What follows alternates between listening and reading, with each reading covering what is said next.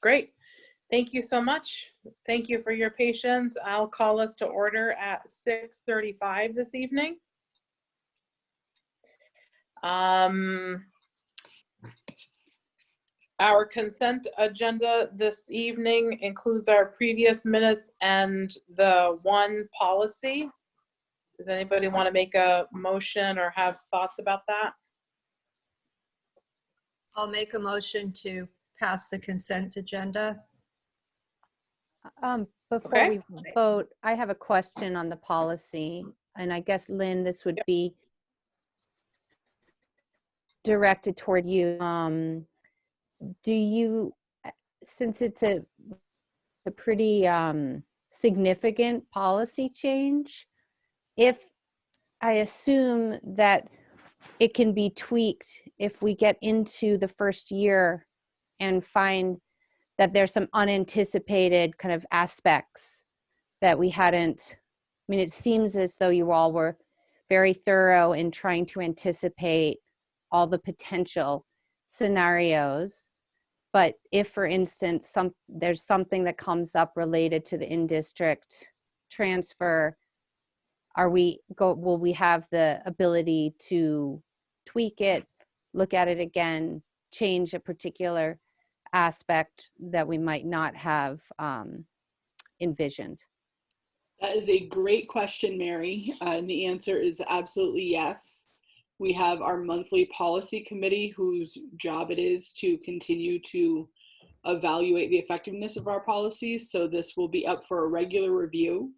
And whenever we find a policy that there's something that isn't working quite right within the policy, we can bring that back to the policy committee at any time. And that committee makes the recommendations to the board. So they would show up under your policy agenda if something, if we haven't considered something that we really should under this policy.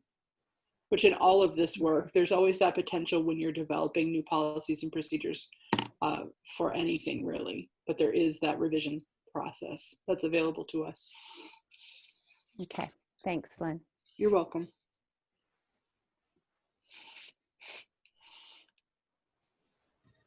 Any other questions or thoughts about the policy? Any other thoughts or concerns about the minutes? Okay, shall we all vote on Lisa's motion? Okay, I'll start with Emily. Aye. Mary, Yes. Lisa, Yes. Erin, Yes. Miranda,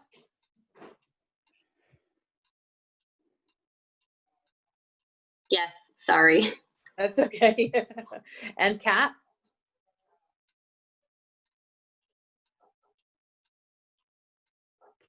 Sorry, yes. Okay, and John? Yes. Okay, thank you. Okay, any prioritization or reorganization to our agenda this evening? Lynn, I'm asking you primarily. I think we're good. Okay. I would So just say that you can take David Carpenter. He's listed under my agenda, but as a visitor, you can take him under visitors, and then he doesn't have to sit through the whole thing. Perfect. So we have David from Green Lantern, and then I know, Anne, were you here just to listen, or did you have questions for us, or a topic at hand, or, I'm sorry, I forget the other folks that were with us. I'm just here to listen. Thank you. Yeah, thank you, Anne. And forgive me, I know there's another family that's with us this evening. Robert and Debbie Tower from Berkshire. Thank you. Did you folks have something in particular you were here for?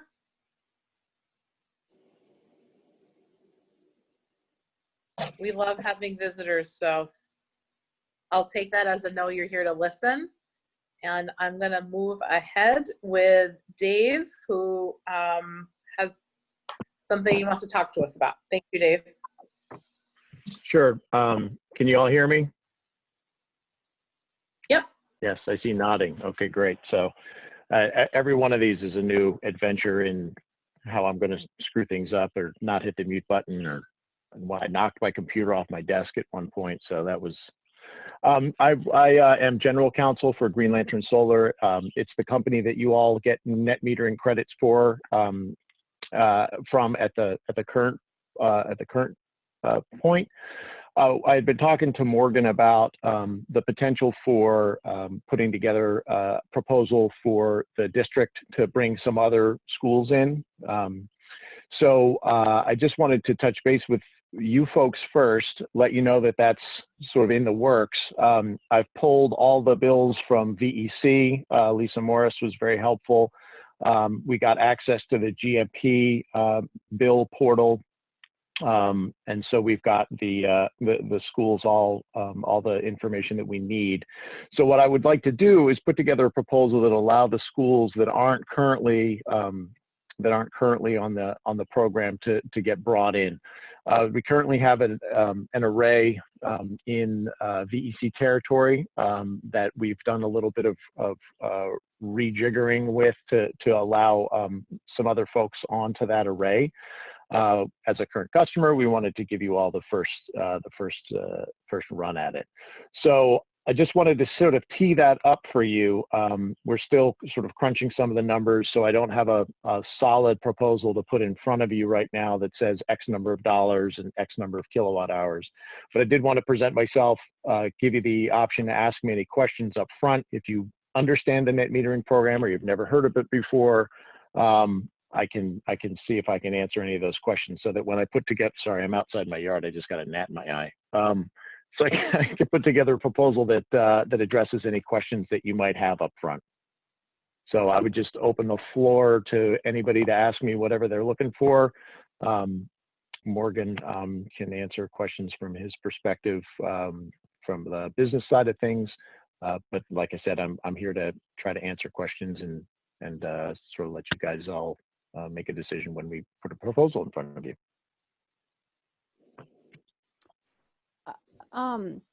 This is Mary. I'm not sure what memo I missed, but I feel completely kind of out of the loop. I'm not understanding the context of this net metering conversation.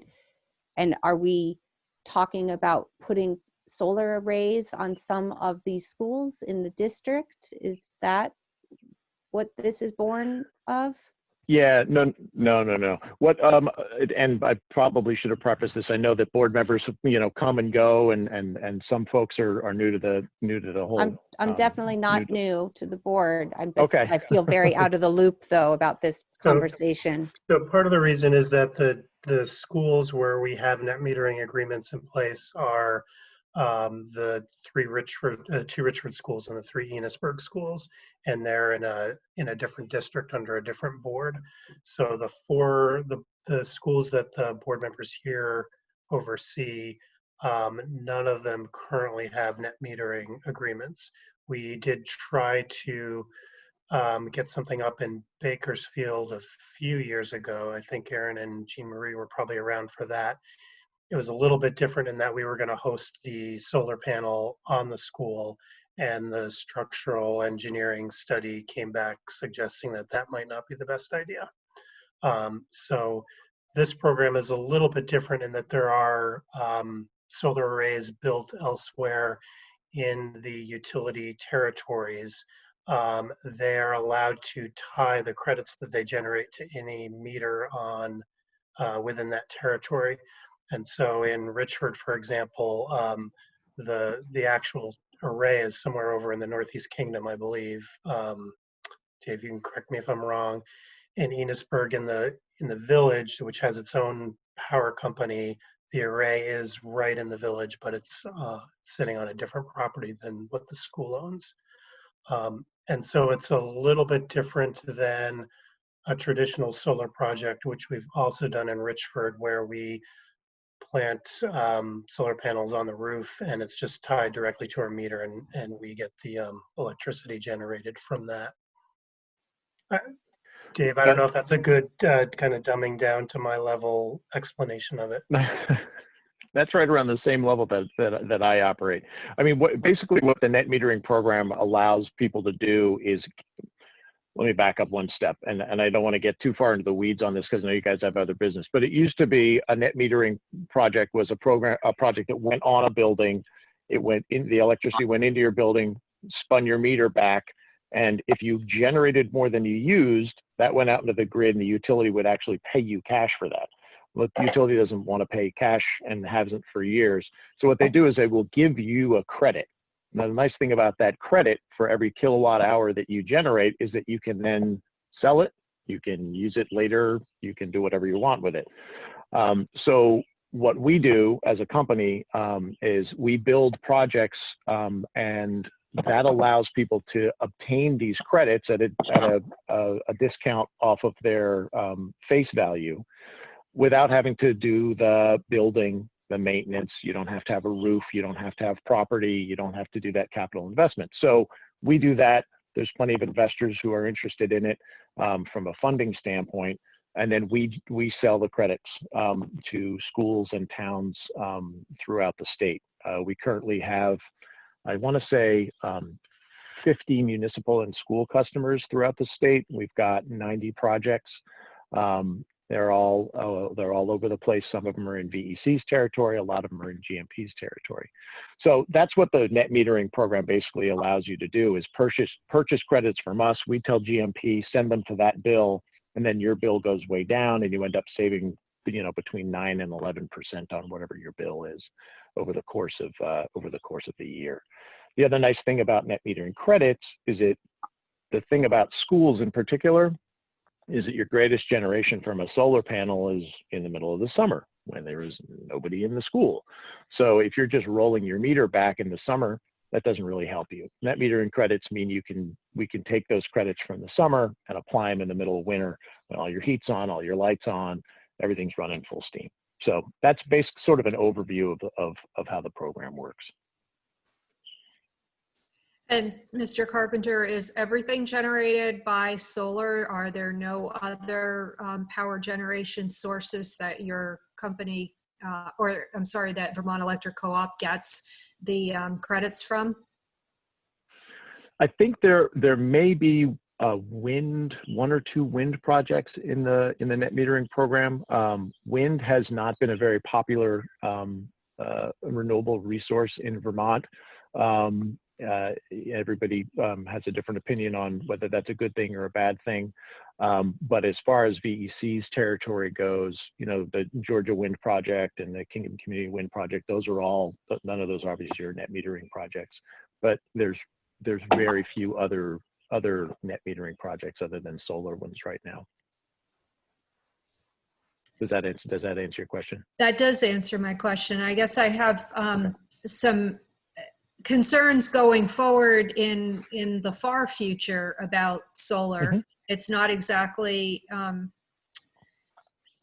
it's sort of like wind. It's not exactly reliable in Vermont. And I just wonder about how long we'll be tied into this. Maybe this is more of a question for Morgan, how long we would be obligated to be in this agreement. Yeah, the way the agreements usually work is because the agreements are tied to the bank financing, and the bank financing is usually 20 years. The agreements are usually 20 years long. So that's how that works. I'm not, and again, I'm happy to answer any questions. I'm not sure what you mean by reliability. Vermont has a fairly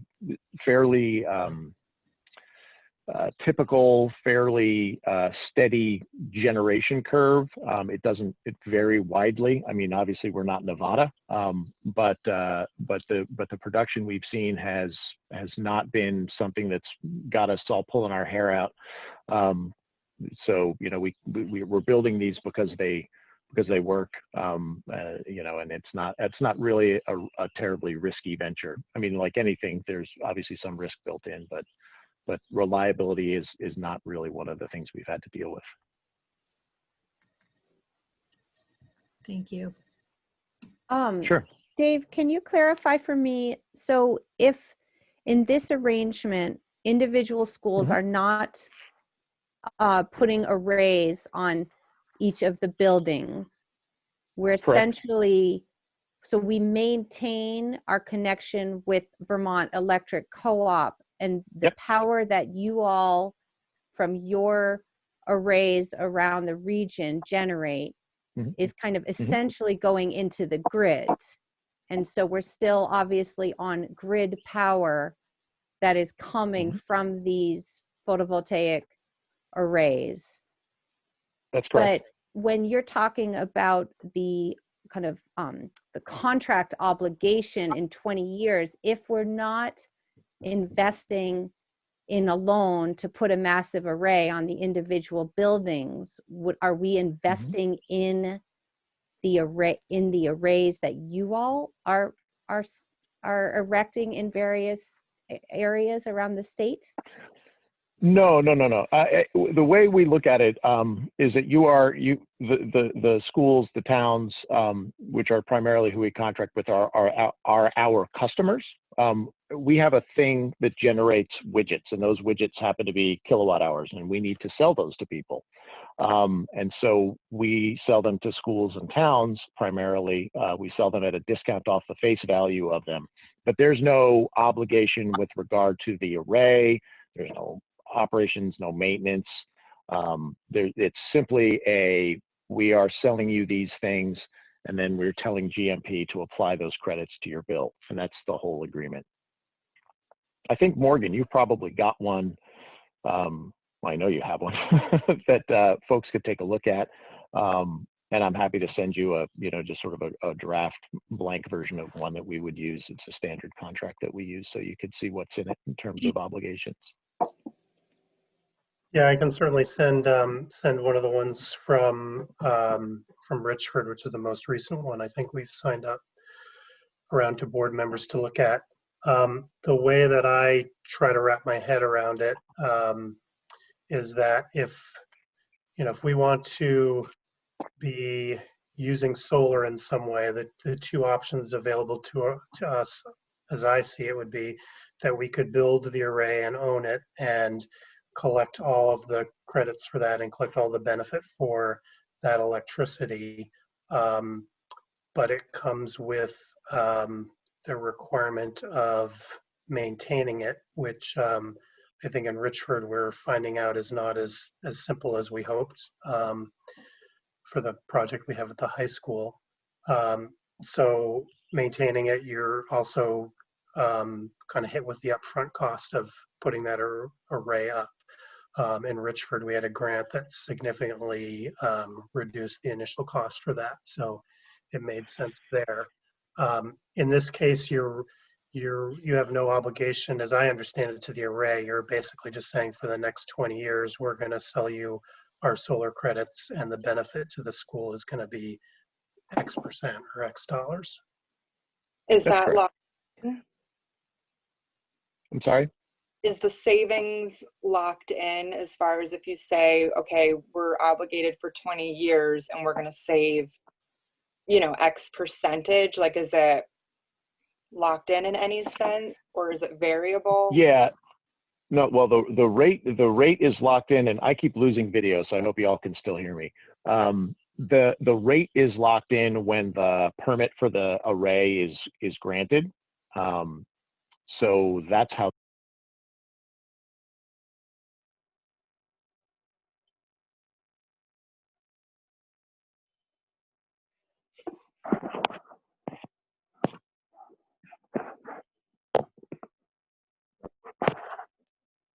Did we lose him? So he's having trouble with audio. My understanding is that the rate, the percentage is locked in over those 20 years, and it's tied to the amount of credit that is generated. So there's a little bit less payback, assuming that in 20 years the panels become less efficient. But in terms of the portion of the credit we're getting, that's going to be fixed over the life of the agreement. Yeah, and the rate, if Morgan, can you guys hear me? Is that better? Yeah, okay, good. The rate is locked in when you get the permit for the facility. And then every year that rate has been, the rate that is granted at the permit level has been changing. So every year the rate has gone down and down and down a little bit. But the rate that that you can sell those credits at is locked in when you get the permit. So we've got 3 projects right now that are under construction in GMP territory. We have 4 projects that are in VEC territory that have been tied up because of, again, I don't want to get down into the weeds too far, a constraint in the northern part of the state that doesn't allow power to flow through very well. So we're all sort of stuck. But those projects do have their benefits locked in. Question, Dave. I assume at the kind of commercial industrial scale of these arrays that you all have the generating capacity that even with high energy use like we see in our schools, you can meet that 100% capacity, or are there times of lower production in the darker, cloudier months? I mean, my only experience is having a pretty significant array on our roof at home, and we often have credits, but not always. Our electric load does sometimes in the winter exceed our generation capacity, even with a entire southern exposure roof generating power for us. But at this scale, would the schools be 100% operational on this, on solar power from these arrays, even in the winter? Yeah, the way we have a couple of people in our company whose job it is to make sure that we aren't overcommitting or undercommitting the amount of credits that are going to various customers, right? Because we don't want to leave them stranded. So we've got a group down in Brattleboro that handles just that, so the short answer is we would not contract with you to do 100% of what your generation is, simply because there's fluctuations up and down in both in generation years. Sometimes it's just cloudy all summer long. Sometimes the school's usage goes up, sometimes the school's usage goes down. I think we're all experiencing the last couple of months where school's usage has gone way down. So that's been an interesting hiccup. But other than that, yes, we take great pains to make sure that we are calibrating everybody's usage so that we don't overcommit or undercommit. But that's a good question. And again, the nice thing about the year-round usability of these credits is that if we have arrays that generate a ton in the summer, but we don't have to allocate them all in the middle of the summer. We can hang on to them and allocate them in the winter. Did that answer your question? Yeah, thank you. I appreciate it. No problem.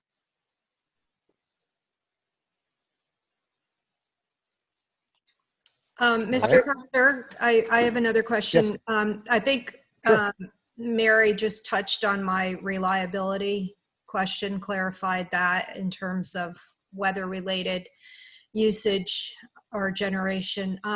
My next question is about transmission. Are the routes of transmission guaranteed to be there and to last for 20 years? I mean, if new agreements are made by utilities, are we guaranteed to have a way of getting that transmission to our schools? Yeah, as long as you are, because these are grid-tied projects, as long as you are getting electricity from VEC, you will be able to get credits from these arrays. And as long as the arrays are tied into the grid, we will be able to send net metering credits into the grid. The way the net metering program works is that we have to provide all of the grid upgrades, the distribution grid upgrades that are required to interconnect. So all of our interconnections are like new. VEC may have some old lines, but they're gonna continue to try to service their customers. That's for sure. So that's not a major concern of ours, that suddenly the schools won't be able to get electricity anymore.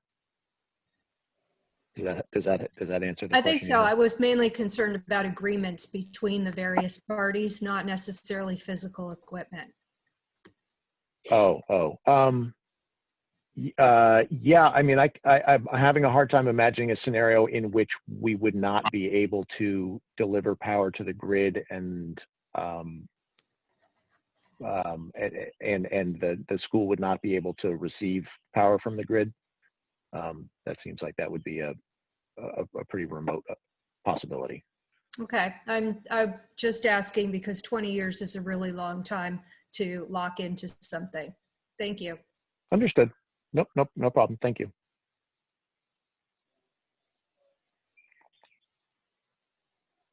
Other questions for Dave?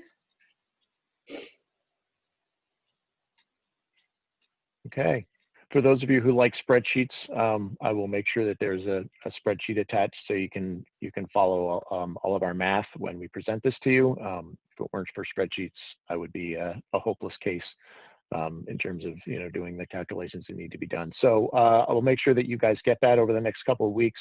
Morgan, you and I can touch base. Anna Bowler is a woman is our employee down in Brattleboro who handles the billing and so on and so forth. And our hope is we'll be able to get the VEC projects onto the array that is operating now. So you would be able to start getting credits immediately and not have to wait for construction to finish. So with that, I will sign off. I thank you all very much for your time. And I've said this to every school board I've appeared in front of, because I have two kids, one in middle school and one in, actually both of them are in middle school now, that you guys have all done an amazing job, the staff and the boards. I was on our school board. My term just ended last year. It's been a hell of a ride for you all over the last 3 or 4 months, and the schools have done an amazing job. So thank you all very much for everything you guys have been doing. I know it can't have been easy, and I'm glad I'm not on my school board anymore. So thank you all very much. Have a great night. Thanks. You Thanks. too. Thanks for joining Thanks again, us, folks. Dave. Take care now. Thanks. Okay, so I think you didn't need a motion. That was really just informational, Morgan, right? That's correct. Yeah, okay. If everyone's okay, we can move on to Lynn's report. Okay, so I think his closing comment was a good segue to my discussion around the COVID-19 response in FNESU. So we're wrapping up the 1920 school year, and as you all know, we've been in around 3 months of a reactive school closure. So we have not had any time, we didn't have any time to prepare, we didn't have any time to be proactive in terms of how we could plan out shifting to a remote learning platform. So we're shifting gears now away from this having it be less around the reactive place where we have been, and more about the what can we learn from this time period. So we've been gathering information from students and parents and teachers during this time about what are some of the things that have been working really well, and what are some of the things that are big struggles, and what can we do to be able to move forward. So we are just beginning to unpack all of that. I sent you a message letting you know about the end of the school year. So we received a waiver from Secretary French, so we were able to turn our snow days into professional development days. So we are shifting next week. The last student day will be June 10th. That will allow us to have 4 professional learning days with our teachers. So the principals will be doing much of the work within buildings, and the primary focus is about preparing for next year, really taking a deep look at what has happened this year, really looking at it all the way from the student level to the system level, to think about, who are the kids during this time period that didn't engage, and trying to work together to unpack why they were not engaging. And groups will be planning within schools to figure out how they can work collaboratively to re-engage those kids in the fall. And they also will be working hard to think about systems approach for identifying what those major priority standards are that all kids need to know and understand, and figuring out how, as a system, we will be able to flexibly respond no matter what framework we're in, whether it's in person or if we're remote, thinking more systematically around how best to support all those learners. So it's not little work, as you can imagine. It's a lot of really big work. It is definitely tied to the work that we were already doing around looking at the multi-tiered systems of supports that exist within our buildings. And it's also really about unpacking all of the priority standards that we had already been working on. And then it's about making sure that we can kind of piece it all together to support our kids. It's probably not the best summary I've ever given on that work, but I look forward to getting out of this phase that we're in now and being able to think forward to what it can be when we have some time to plan to make this better.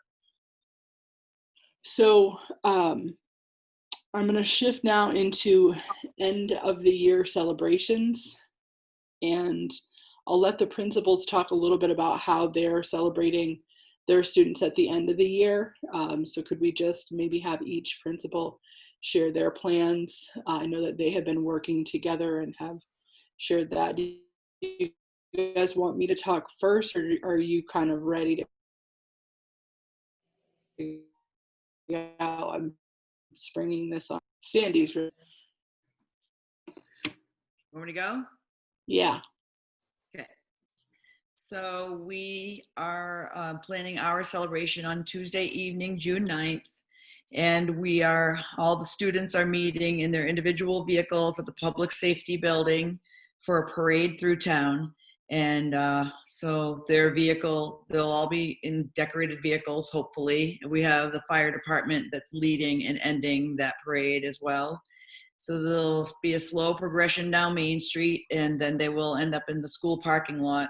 Only vehicles with students and one extra vehicle will be allowed in the parking lot for the celebration. At that time, it's just going to be very simple.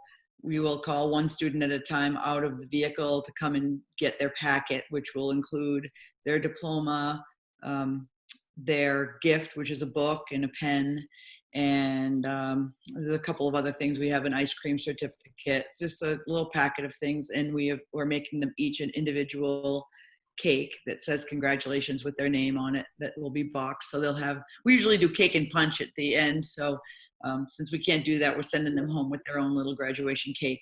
So that's pretty much it. The family will be allowed to get out of the vehicle and take some pictures while their student is out. And then when that family goes back in, the next one will be called out. And we only have 11. So it'll be pretty quick. We do have one guest speaker, Christina Bowen. When she was teaching kindergarten and she was teaching multi-age back when when they were young. So she had them 3 years in a row, this class, anyone that's been with us for that length of time. So she will be doing a little speech as a guest speaker. So quick and simple, and off they go. So, but I think that they're pretty excited about decorating their cars and driving down Main Street. And we're trying to get businesses and people to come out to Main Street to cheer them on and make posters and so forth. That's it. Sandy, I have a question. Is something going to go out then to sort of the rest of the school so that we can all line the streets to cheer them on? Absolutely. That's going out in a newsletter to families on Friday. Okay, cool. So we don't want to put it out too early because we don't want people to forget. So it will go out on Friday, and then I'll do a reminder on Facebook as well on Monday. You'll be reminding them about appropriate physical distancing. We want to cheer, but we want to comply with all of our guidelines. Absolutely. We had a parade earlier, and we did that same thing. We said anyone that comes out, remember to follow blah, blah, blah. So we always make sure we include that. And I think it'll be nice. And I think that the businesses downtown will put things on their signs and things like that. I'm going to be calling like Phineas Swan, and I'm going to talk to Sarita at the Salt Cave. They all have signs. Donnie, they have signs that they can put things up. I'm going to talk to each one of them and see if we can get something like that happening. So it'll be festive. All right. Who would like to go next? I'll go next.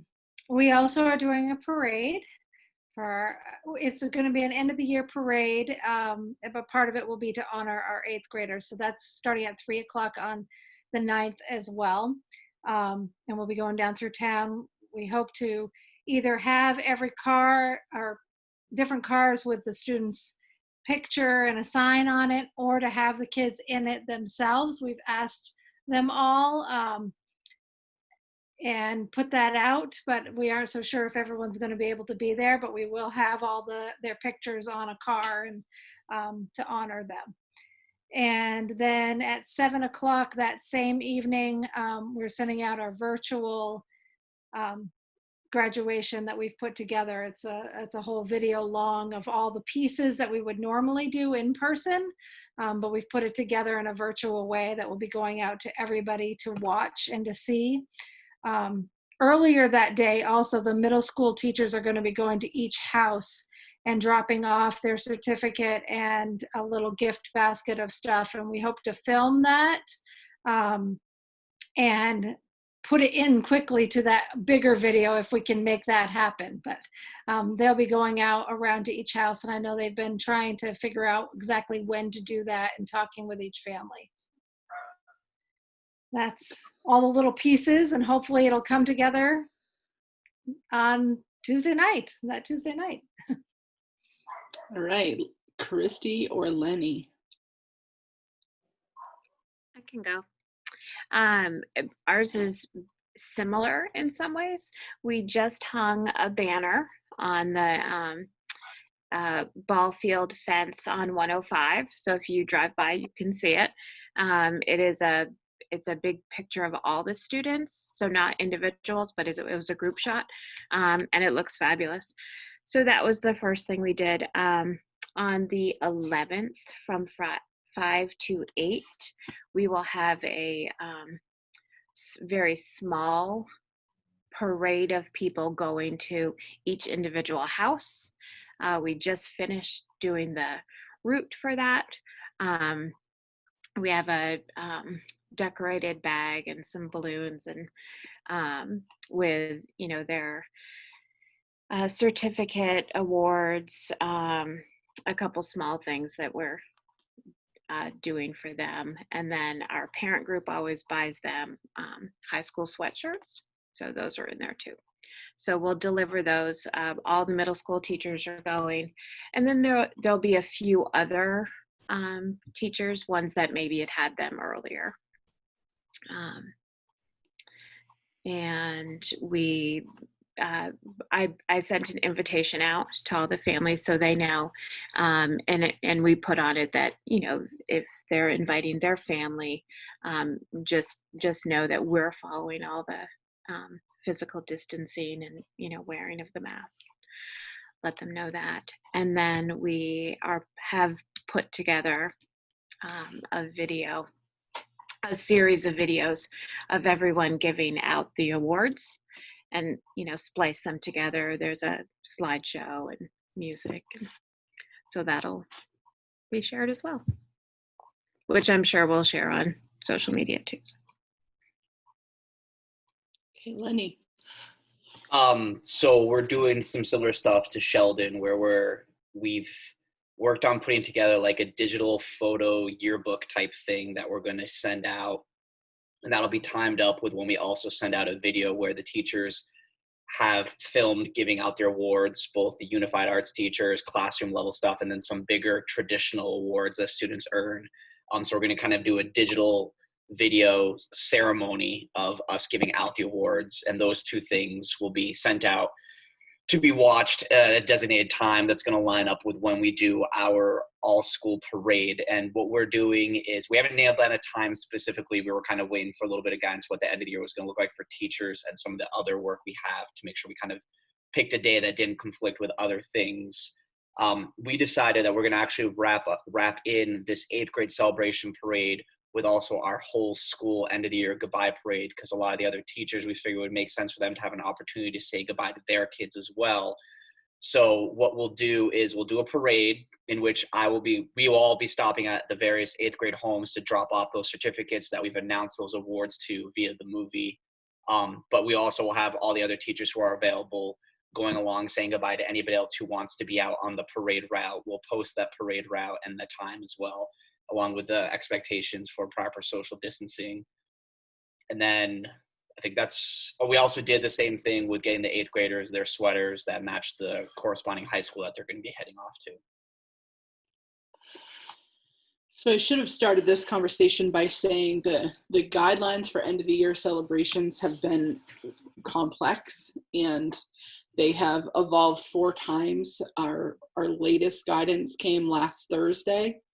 And I know, I understand why. It has just made the planning for these end of the year celebrations really complicated. So I just want to applaud the teachers, the principals, well, and the teachers and staff for being as creative as they can be. This is, you know, I know people are going above and beyond to celebrate kids any way they can. And I know I certainly appreciate it. And I hear it about it from members of the community who also appreciate it. So thank you to all of you. I do want to just tip about the high school graduation ceremonies, because typically there is a role for the sending districts at those high school graduation ceremonies, and that part is going to be different this year because of the strict guidelines. So Enosburg, they began their graduation process last Thursday and Friday, and they filmed virtual graduations for each of their individual students. Students received a mock diploma and any awards they were getting. On Saturday the 13th, they will have a release of a video presentation of that graduation, and it'll have all the traditional components of a graduation.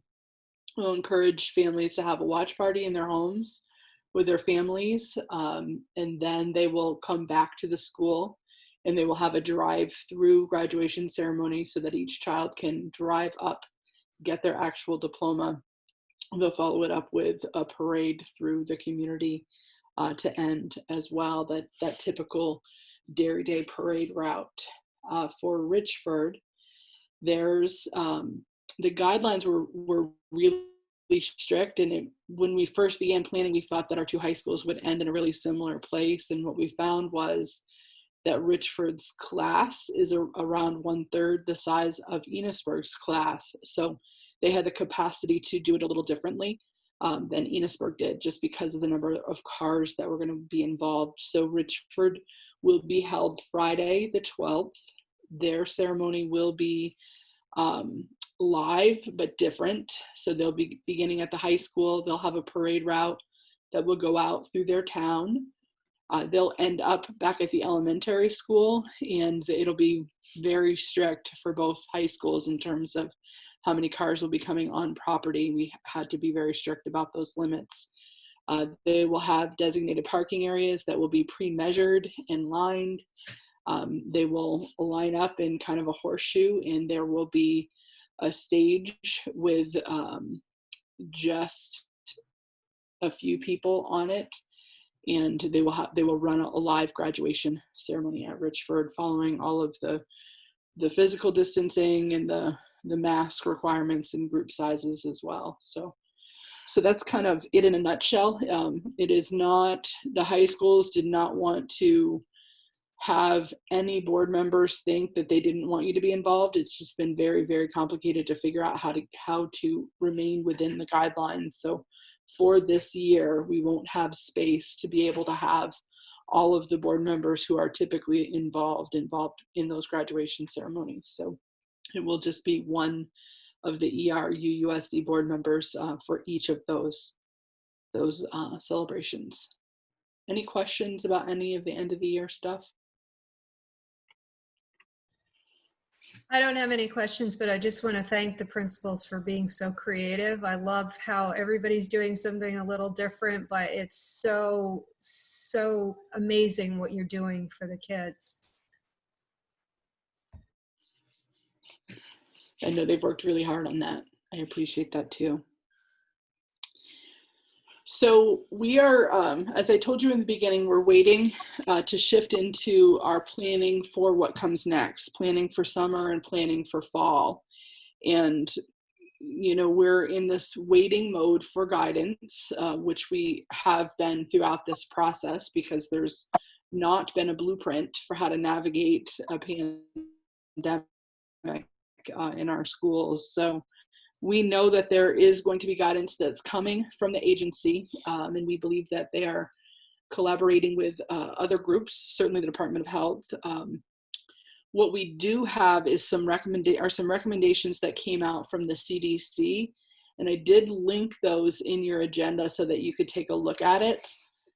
So I think most people's reactions when they first look at that CDC guidance is a little bit mind-blowing, because I think that when we think about structures and we think about, you know, the historical construct of what schools typically look like, this kind of flies in the face of it. So there's so many of the limitations that are out. CDC guidance makes it really clear that school's not going to look like it traditionally looks.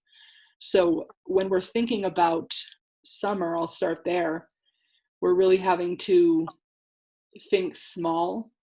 We're having to think a lot about things we've never had to think about. We're having to think about health screenings. We're having to think about keeping entrances separate and keeping kids in small enough groups so that they meet the maximum number capacity that's outlined in that guidance, and making sure that those pods of kids are not interacting with one another. So it's the opposite of what we typically try to do. But that's so that we can maintain the health and safety measures that are outlined there. So we're working really hard to make some live in-person summer programming happen through our 21st Century After School program. Not a lot of places are trying at this point to have it be a live program. We still think that we can work really hard. We have almost a month before they begin, and we think that we can be ready. We are finding that we're having some issues with supply chains with some of the materials that we do need for the summer. So if, you know, within the next week or so, we're feeling like we don't have what we need in order to ensure the health and safety of our students and staff, we will shift. We have some contingency plans that are already developed. So our summer staff has worked through the what can we do if we're fully in person, what can we do if we're only partially in person and partially remote, and what can we do if we have to shift to entire remote. So that's kind of the place we're at for summer.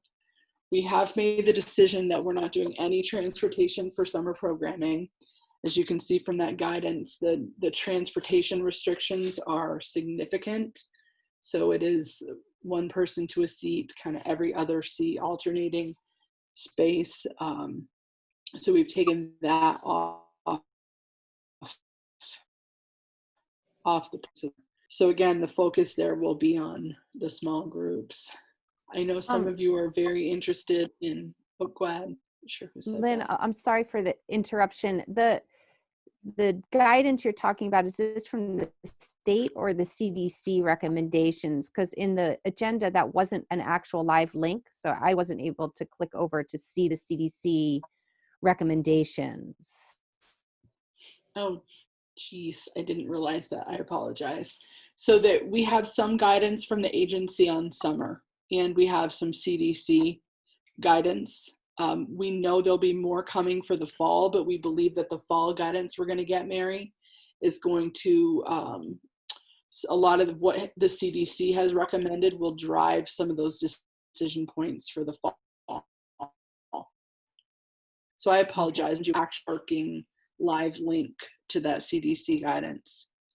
Would it be helpful if I try to give you kind of a high level overview of that?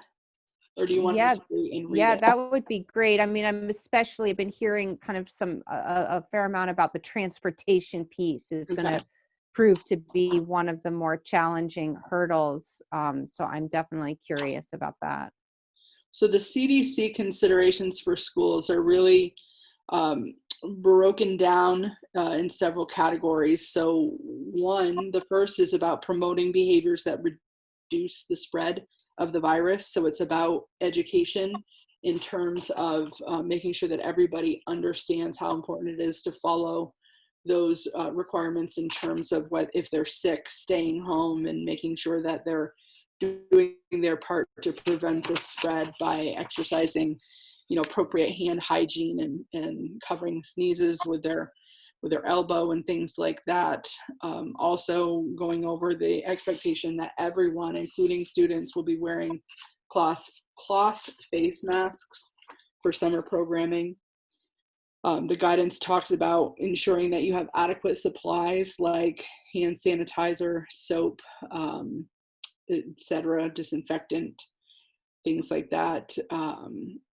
Making sure that all of your areas are there's appropriate signage hanging in all of your areas to make sure that people clearly understand what the expectations are. The next category of guidance is about maintaining healthy environments, and that is really targeted to cleaning and disinfecting. And the cleaning and disinfecting requirements are really that at a minimum that we would be cleaning all surfaces at the beginning, middle, and end of every day, so at least 3 times a day. That there is more intensive cleaning requirements for transportation vehicles, and that we are more frequently cleaning things like doorknobs and surfaces where people commonly touch. There comes shared objects and discouraging us from having any kind of materials that the kids are sharing, and really working to keep their belongings separate, and making sure that each kid would be assigned all of the materials they need so that they don't have to borrow from others.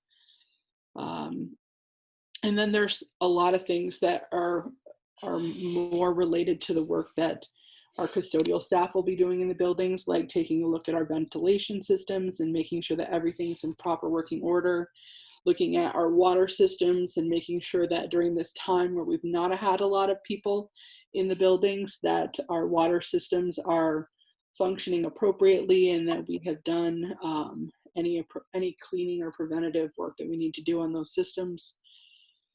Some of the things that have been really tricky to interact with are around the classroom layouts, and looking at when you think about the square footage in a classroom. I have the most background knowledge about Berkshire. So most of those classrooms are around 900 square feet.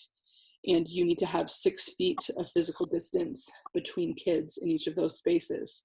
So some of those classrooms, you have to consider the materials that you have in the room, the desks, the layout, all of those things. You definitely cannot get the number of kids in those classrooms that you typically would have in those classrooms. So some of the recommendations are pretty specific around the direction that the desks are facing. They're definitely talking about desks and not so much tables. They don't want kids necessarily facing one another. They want them to be spaced apart. And they also talk about the same thing for school buses, so that children are seated 1 child per row, skipping rows when possible. They also talk about physical barriers and guards. So a lot of you, if you've been grocery shopping, you've seen the sneeze guards that have shown up in most of the public stores and things like that. So they're asking us to think ahead about reception desks, places where people tend to stand and communicate with someone. They also ask us to think about, meal service. So if we were, we won't be doing meals the way we typically do. But if we were, we would need to have those sneeze guards there on our food service counters as well. Any spaces that are communal spaces, like dining halls and playgrounds, we have to stagger who can be out there. I just said dining halls. I was reading, we don't have dining halls, we have cafeterias, sorry. We have to stagger who's out there because you can't cross the groups of kids, and we have to make sure that they're disinfected in between uses. So there's also work we need to do in terms of the multi-use bathrooms and making sure that we have appropriate barriers in there. The food service, according to the CDC, one of the things they've asked is that they would prefer if people brought their own meals. That's not going to happen in a public school. I think that the meal piece is an important part of what we do. So they're just being specific about disposable food service items like utensils and dishes, and bringing it into classrooms. And then it talks about maintaining healthy operations. That's the next section of the guidance. So it's about making sure that people are not in the building if they are sick or if their family members are sick, and that they understand what all those requirements are. Really limiting only essential people in buildings, so not encouraging extra visitors in the buildings at all. The idea that I think I used the word pod when I was talking earlier, but the CDC refers to it as cohorting, so that, you know, we have to, as much as possible, keep groups together and not mingle them with other groups. And that has to do with the contact tracing elements. We also have to think about the scheduling of how we will have people in the building. So this is a lot of work, and it's a lot of high level thinking that has to go into this. I think that there's a lot more that I don't think we need to get into around, like, communication and community response efforts and policies around leaves and time off, staffing planning, staff training, making sure everybody recognizes signs and symptoms. And then the final piece is around preparing for when someone does get sick. So the nurses have an entire screening process that they'll have to go through as people enter the building. And we need to make sure that we have a way that we're tracking that information. And we are planning for, if someone gets sick, how can we isolate that someone so that there's not exposure to others in the building. So simple, right? Lynn, I just wanted to say that I think it's the valiant effort on you and your staff's part to even consider trying to open the doors for the summer. I know that as I look at some of these guidelines, it feels like it's just too much, but you know, if they think that they can make it work. The other thing, Lisa and I were talking earlier today about a different subject, and the sort of trickle down effect of all of these things that are COVID related. It's like, I'm in constant amazement of, so we can't just say we're not going to run a summer program, because that has such an effect on so many families in the community. So I just want to say, you know, thank your staff for even beginning to consider, you know, trying to figure out this undertaking. And then the other thing I was thinking about regarding those CDC guidelines is like, oh, those poor teachers and all that quote unquote flexible seating that they love and the kids love. And now they have to be like, back in 1955, everybody at your little desk pointed in the same direction. So it's tough. Well, it is going to be a different time. And I mean, that's the piece that's been clear for a while to me, is that we're not going to shift right back into what school historically looks like.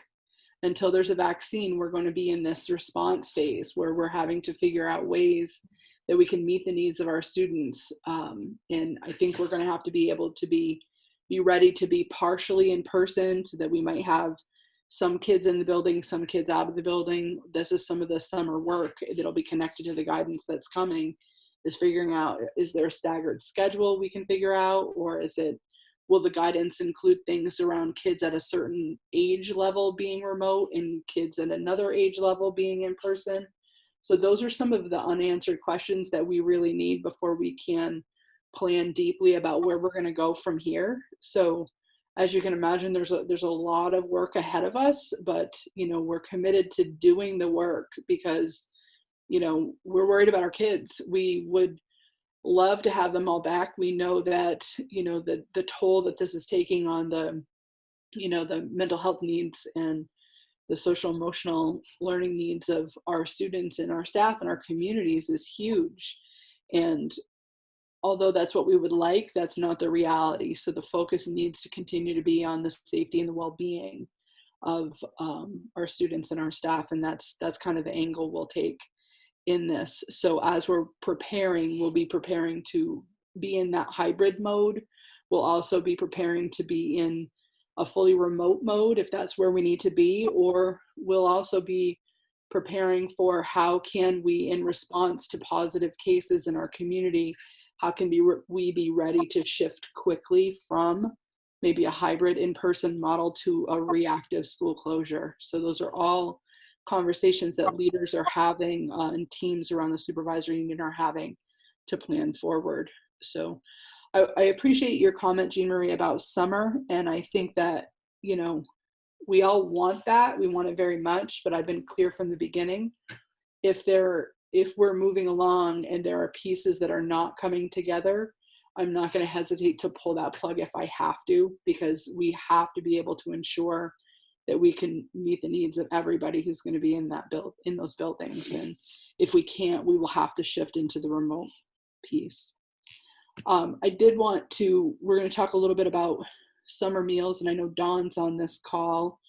She's our food service director, and I just want to give a giant kudos to Dawn Reed. I'm just so thrilled to have her on board. She's done some really amazing work navigating all of the meals that have gone out this year. She's been incredible.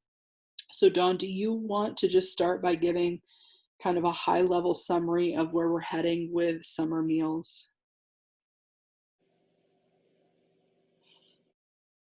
I think Dawn's on there.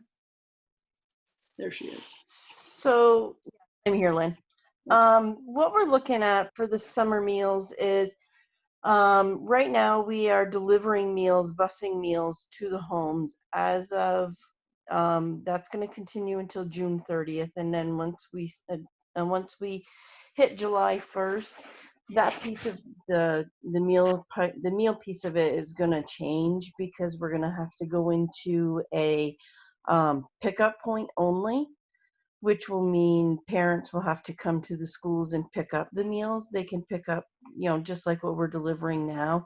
We will transition, rather than doing multiple days at one time, we can transition that, and we can do it so that they can come and pick up one meal or breakfast and lunch for that entire day. I'm still undecided whether that's the best route to go, or if we take and do a couple of days at one time.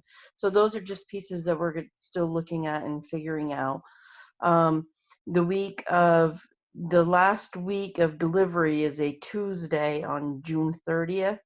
So normally a Tuesday delivery would have everything that students would need to get them through until Friday's breakfast. That would be the next meal that they would get delivered, would be Friday. They would get a delivery with Friday's lunch. We are looking at, on that June 30th meal, putting everything out there so that that gets the students through until Friday's lunch will be included in that. So then we would start up pickup on the following Monday morning, which would be July 6th, which is also the day that we're looking at possibly starting the summer programming. So that's my overview of what it looks like. We've put out a lot of meals throughout the SU this month. It's like 33,000 meals that we put out entirely in the SU. That's through all of our communities. So that's a huge number. So staff are really working hard. So I'm hoping that by doing that extra time from the June 30th to the 1st, or to the 6th, that can give kitchen staff kind of a 3 days off and just kind of chill and get themselves back together to start into the summer. These folks have been working really nonstop since closure. There's been no stopping for breaks or long weekends or anything. They've just really been blasting through. So we're so appreciative for all of our food service staff. They've been really incredible. Any questions on It food is service? literally amazing to me that they've been able to pull this off. So thank you so much, Dawn. I know I speak on for all the members of the board. Like, it's just incredible to even try, for me, as trying to keep my family of 4 fed. The idea of 33,000 meals is like so crazy overwhelming. I just, kudos to you all for putting that together. I know we're so thankful, and you know, the idea of continuing this through the summer is like, it's just so honorable. I'm just so proud. So thank you so much. Any other questions while we have Dawn on the call? I have a question, if it's okay. Yeah, of course. Okay. I'm wondering, you had mentioned pickup, and would that mean pickup at one centralized location, or would meals be prepared? Like right now, I know they're being prepared in Enosburg and then kind of filtered out on buses. Would that mean that families would have to go to Enosburg and pick up meals, or would it still be maybe delivered to each of the towns and then picked up in a central location in the town? So that's a complicated one, and I'm sure glad that Dawn is on this call. So you're right, Lynn, that is a complicated one. Because Bakersfield and Sheldon do not qualify for area eligible free meals to all, and with it not being a closed site where we know what kiddos are going to be there and be getting those meals, where we could take and see if 51% of those kiddos qualified for the free reduced meals, I think at this point we're kind of looking at they would probably have to go to one of these other sites, which is hard. It stinks for Bakersfield and Sheldon, and I think that's where we're going to lose a lot of ground. I wish that there was like a place in Enosburg that was really, you know, like on the outskirts of Sheldon that was really close, so that Sheldon families could get in there and get the meal, and same thing with Bakersfield, but I haven't really found one that would work. And in the way that the the way the USDA and the state are looking at it is, you know, they're saying if it's not an area eligible, you can't satellite the meals in and have people come there and pick them up. We're still asking those questions to see if something changes. And if something changes, then we definitely would transition into having a spot where those family members could come and pick those meals up. And that's why I'm kind of wondering if maybe we want to, rather than do one breakfast, one lunch each day, if maybe we want to do like 2 breakfasts, 2 lunch each day. That way the parents in these outlying community, you know, out in Bakersfield and Sheldon, maybe they could come in. What I'm kind of looking at doing for the meals is maybe trying to open it up so that the pickup in the morning is rather early. That way, if parents are maybe going through one of those areas or something, that maybe they could pick up the meals and bring the meals with their kids to the local daycare that they go to or something like that. But though, I mean, if you guys have some suggestions of things that you think would work and whatnot, you know, shoot them my way, and I can always go to the state and say, hey, this is a thought, can we work with this? And so one thing I want to really say about Dawn, you've been a really creative thinker about all of this, because I know it was important to us, and we shifted COVID-19 phase that we're in. We could bring 6 of our communities, and because Bakersfield and Sheldon, I just went on, my internet went unstable. Can you still hear me? So because Bakersfield and Sheldon did not meet that poverty criteria, Dawn found a creative way to be able to use a site somewhere else and then deliver into those communities in order to still be able to do it. So I know that this is Dawn's priority, is to make this equitable possible. So if there's a way around kind of all those regulations in USDA, I'm confident Dawn will find it.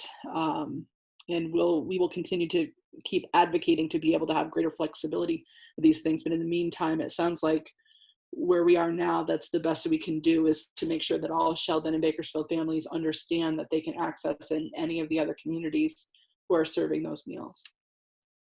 So I have a comment and a question for Dawn. Dawn, thank you very much for putting all together that you've put together. Is there a way that you can ask if there are volunteers from those 2 communities who could possibly pick up meals for X number of families and bring them back and then distribute them to those particular families. That's I guess my comment, although that's more of a question. I guess I have two questions. And the other is when is summer feeding scheduled to end? Will it go right up through to the first week of school or not? So those are good thoughts.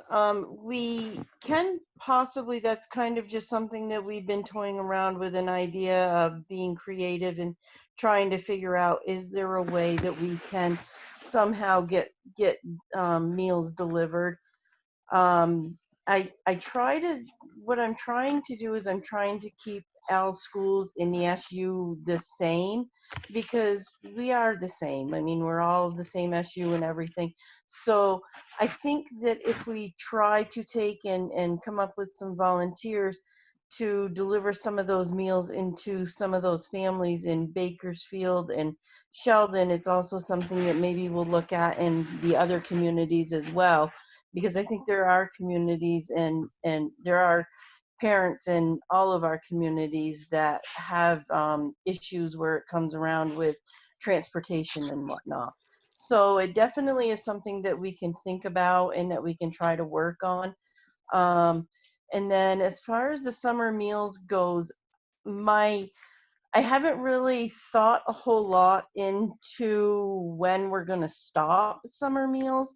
Basically, what I'm telling people is it's probably going to continue going on until we get into August, partway into August. It could possibly go right up until the first day of school starts, but we have to look at it and we have to make sure that whatever we're thrown at for CDC guidelines and whatnot, that we give ourselves in our kitchens enough time and the staff enough time to get that stuff done. And so until we find out more guidance on what's going to happen with the start of the school year, as of right now, I'm saying we're definitely running summer meals until August 1st, probably going in further into August. Okay, that's good to know, because back in the day when the Richford Day Camp operated for 6 weeks, when those 6 weeks ended, there were many families who went without until the day that school started. And my concern really is for families like that. And back to the volunteers delivering food, I guess my thought was if someone picked up at, say, Enosburg and then drove to the Bakersfield line, and families met them there and picked up their food, that would at least help them a little bit. Someone mentioned, you mentioned trying to find a site that was on the Enosburg Sheldon border. So even if there could be a delivery to that type of a location, you wouldn't necessarily be preparing the meals at that site, but it still would be distributed at the town line. So just some thoughts for you to keep in the back of your mind. I know you're so busy with this, but it would be great to see all the families served and served equally. I think that there's some things you'll have to work out with the USDA on that, Dawn. If I remember right, that kind of butts up against what we were trying to do at the beginning of this, when this happened. I know you have some strict guidance on the summer. I'm going to get confused now because there's it feels like there are multiple programs that we're working with, and in your summer feed model, it needs to be specific to the kids 0 to 18. And Dawn, can you talk a little bit about congregate site versus how you'll be serving? Because you had to get, I think, a waiver to be able to do that, correct? Yes, so we have a waiver that is, we've been issued the waiver until I believe it's August 31st, so that we do not have to have congregate sites, meaning the kids do not need to come to the site, get that meal, and consume that meal at that site. That's why we're able to do that delivery piece right now, and why we're able to do the pickup piece where parents would come to the site, pick up the meals for the kids and bring them home, and they could eat them at home. So that's what that waiver is for. Did the waiver give you, I guess where I was going with that, there was a requirement that we had talked about a long time ago about you having to see the child. You know what I'm talking about? Like, what Lisa's saying, I think what she originally said was, if there were people, not the last thing you said, Lisa, but what I thought I heard earlier, if there was a family So I'm going to that stop you right there, Lynn. The one where we had to actually physically see the child was the fresh fruit and veggie program. If we Okay. wanted to continue the fresh fruit and veggie, we had to physically see the child. Okay. So can you see why I'm so super glad that we have an FNASU food service director this year? Complicated, but thank you, Dawn. Any other questions? You're welcome. I don't have a question about food, but I wanted to, if it's okay, go back and talk about summer. Sure. Can we let Dawn jump off this call? Thank you, Dawn. You're welcome to stay if you want to, but I bet you have other things that you're okay with shifting to. Yes, I am. Thank you. If you have any questions, you can reach out to me.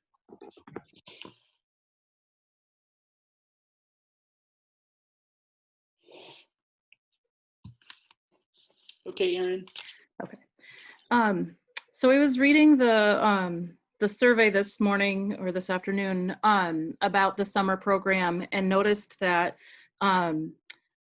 Enosburg would be taking Bakersfield and Sheldon students because that's how it's happened the past couple of years, and Sheldon because of the building project makes complete sense. What brings up a little bit of concern, and what I have a question about, is if you have to limit the number of students coming to the site because of health reasons, I'm wondering how that decision is going to be made about who gets to go and who doesn't. So that has been a part of the conversation, and I think that the thing in Enosburg, we would still have a good amount of access for Bakersfield and Sheldon. In terms of the number of kids who have participated in the past in Bakersfield, there's not a worry that we would be necessarily having to turn them away. If all of a sudden there are 30 kids, that might be different. But they have more space spread out too in Enosburg, Erin. So they have that ability to use both of those schools, and they could spread if they needed to into the middle or the high school. I don't feel like I'm equipped right now to talk in too much detail about how they have planned to organize and decide upon those numbers. That'd be something I'd have to defer to Heather Moore on. To be honest with you, for some of the feedback that I've got within the community is that I think some people will be happy to see the summer program, and I think others maybe won't, because I think some of the restrictions that we'll have to be following, I think there are some people that just would rather not have to have their kids participate and wear masks this summer, and be reminded to follow the physical distancing and things like that. Right. So one of the things I didn't say was that we reduced the time period for those programs too. So instead of it being like a 8 o'clock until 5 o'clock program, it's going to be I think 8 until 1, and it's going to be pretty strict in terms of a drop-off window. And if you're beyond that window, we are not going to be able to accept more kids because of those screening requirements. So the drop-off and pickup windows will be pretty strict this summer. And I know that, like, I get it. There's so many things that you guys are doing and needing to work on. That I get it. It concerns me. We're going to lose a lot of families anyway with that lack of transportation, and the families that we are going to lose are the ones who need it the most. It just makes me think, like, we have a building in Bakersfield that is. You will have kids in Bakersfield, though. You are running a childcare program in Bakersfield, so that's what's made this also complicated, Erin. Because we can't cross those kids. So you are our only licensed childcare site in the SU. So Bakersfield will be running a smaller than normal, but they will be running a childcare site this summer. Funded differently which is a whole nother topic. Yeah. So I've covered most of what I wanted to talk about in terms of COVID, except the last piece, and that's the piece that's on a lot of people's minds around the financial implications associated with COVID-19. And I'm going to ask Morgan to help out with this part. We've already talked to you quite a lot about the implications that we are facing this year in FY20 and the implications that we're anticipating in FY21. I know that Morgan was able to get some information today, and I feel like he's a little more equipped to talk about what he learned today. So I'm going to have him lead this part of the discussion. Thanks. I'll start with this year, and then we can really blow through my section when we get to it. What we're finding is that we're spending money differently this year than we would have without COVID, but it looks like overall we are spending less than we normally would have. And some of the obvious places to look are things like substitute teachers and the professional development that was planned, and the supplies that go with an occupied building. And so in terms of where we're going to end this year,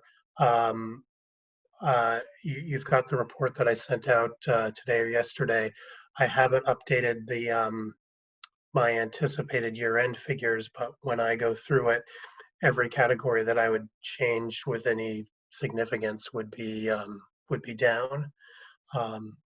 The only concern I have on the NMV side for this year is that we have still not received the small schools grant / merger support grant tied to Bakersfield that was sort of added in statute at the end of the last session. And I've been asking the agency about that, I'm guessing for about 6 weeks now, and haven't been able to get an answer. But in terms of expenses, we're going to be below where we were budgeted, and that's going to help for FY22. For FY21, this is the budget that you passed in March. Today, the House passed the yield bill, and the yield is the one of the four numbers that sets your tax rate, and it's the one that the legislature controls. The House version had $10,988, which is $105 higher than the budgets that you warned and that Enosburg Richford warned. What that means is that the tax rate would be about a penny, maybe a little bit over a penny lower than the rates that you warned in March. So that's definitely good news to our residents. The other piece of the bill, and Lisa may be able to help me out a little bit with this, is they're acknowledging in it that the Ed Fund is going to have a huge deficit in FY21, and they have sort of changed the rules on how to deal with that to give them much more flexibility. They can have a deficit in the Ed Fund in FY21. They seem to be anticipating borrowing at the state level to cover some of that. Obviously using whatever federal money that they can use to help offset that. But they seem to be putting in place the levers to keep the deficit from impacting budgets all at once. Lisa, I don't know if you want to add anything more to that. Probably not much more than that. You've got a good handle on it, Morgan. There's definitely overwhelming support to not put the COVID-19 crisis on the backs of property taxpayers. So whatever can be done is attempting to be done. One of the big questions out there is what the federal money can be used for and how we can use it at the state level for education funding. So that remains to be seen. So I just want to be really clear that we're doing the right thing as this board. We talked about at our last meeting, being very cautious about how we're spending any money at all that might be discretionary. And I think we're doing a really good job. And I've kind of defended us to the legislature because, you know, there's always that talk about, oh, school boards and spend, but we don't. We're very fiscally conservative here, and I'm very proud of that and pleased to be part of a board that thinks like that. So I've done a lot of talking about how really how little we can trim from our budgets, but we're still doing it. So thank you for your guidance on that, and we'll just keep working at it. But next year could look very, very different for us. Yeah, so at this point, unless the Senate changes that bill dramatically, I think in terms of our tax rates for FY21, we are going to be in a pretty good place. Obviously, we don't know how we're educating kids next year and if we've budgeted appropriately. And you may see spending next year being pretty different from what we thought it was going to be 6 months ago when we warned the budget. And I can see that there are some costs that potentially could go up dramatically and some that may go down dramatically. And we'll just need to wait and see what the guidance brings and what the end of August brings in terms of how we're educating kids. The advantage of ending this year under budget is that fund balance amount is the amount that we use for the FY22 budgets, which is what we will be starting on in October as a board. That is sort of the next worry point for me in terms of tax rates and just the district finances. The legislature has said that they're going to deal with the deficit in FY21, or that's the proposal. But we do know that the impact from the COVID crisis is really more like a 5-year problem, or even maybe a 10-year problem, as it's going to take a while for tourism to bounce back. We can anticipate people having trouble paying their property tax, and all the funds that support education are all anticipated to be taking some hits. So when we are going to our voters for an FY22 budget, the governor or the tax commissioner may be putting out a much smaller yield amount initially, and that may give people sticker shock for their FY22 budgets. And this is going to be at a time where unemployment will still be probably relatively high. So I think it's going to be a tough budget year for FY22. Bringing that balance in from FY20 is going to help significantly. It will help us to buy down the tax rate, which we may need to do even if we are level funding budgets.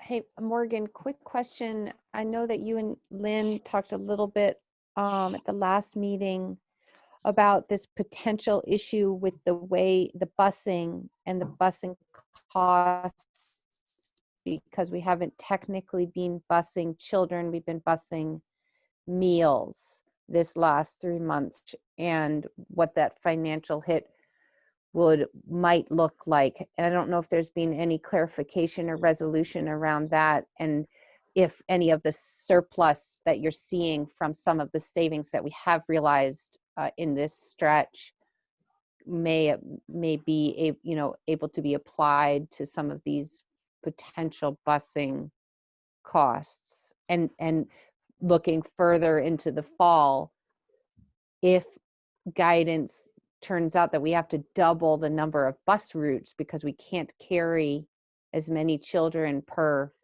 bus load, where's that extra money going to come from? I don't know if there's even an answer for that yet. Sure, all great questions, and Lynn can jump in on this, and this isn't something that we necessarily see the same way. In terms of the reimbursement based on transportation expenses this year, I have asked that question specifically of the AOE, and I've not heard a response yet. I am at the point, this would impact us for FY22, and it would impact the SU budget because transportation has to be spent at the SU. So this board is a little bit removed from it. My understanding is that the legislature or statute allocates a certain amount of money for transportation reimbursement, and then that's spread around the districts based on their actual expenses. So my gut tells me that since we are all in the same boat and we all stopped transporting kids in March, that the share of money is not going to change between one district to the next. It's still the same pot of money and it's still getting divided out, but instead of getting divided out over 9 months of busing, it'll get divided out over 6 months of busing. I've put that to the AOE as my understanding, and I have not heard back from that yet. I think your question about the CDC guidelines and what busing looks like for next year is much more significant because we have budgeted for the 20 bus routes or whatever we normally have. And if that has to go up to 40 or 60, that's an expense we haven't budgeted for. On top of that, we know that that there aren't that many additional bus drivers out there, and there aren't that many buses in Vermont right now out there. So I think if those restrictions hold, my gut tells me that we're going to be looking for an answer other than more bus routes. And Lynn, I don't know if you want to say something different on that. Yeah, I think that, we have a collection of really great questions that we're all waiting to have enough guidance and a clear enough picture to be able to answer. And both of these questions, Mary, kind of fall in that bucket. I think that you all know that most of the time Morgan and I are tuned in and kind of agreeing on, the things we should and shouldn't worry about. And this is one I think that I probably have worried more than Morgan would like me to worry about in terms of the state transportation aid. So we know that this state aid comes as a 2-year kind of rolling average. So the worry is that the statute clearly says students, and that's something that I've heard in multiple places, that the aid is based on transporting students. So I know Morgan is right that we're all in that same boat and they're going to have to address it. But in terms of the aid, there is that wonder about how this will impact us over the next 2-year period if that does get adjusted. In terms of the budget for next year in transportation, there are so many questions that have to be answered in terms of what model will be allowed to shift to. What is that guidance going to look like? Is it going to be about, thinking about a school in terms of shifts?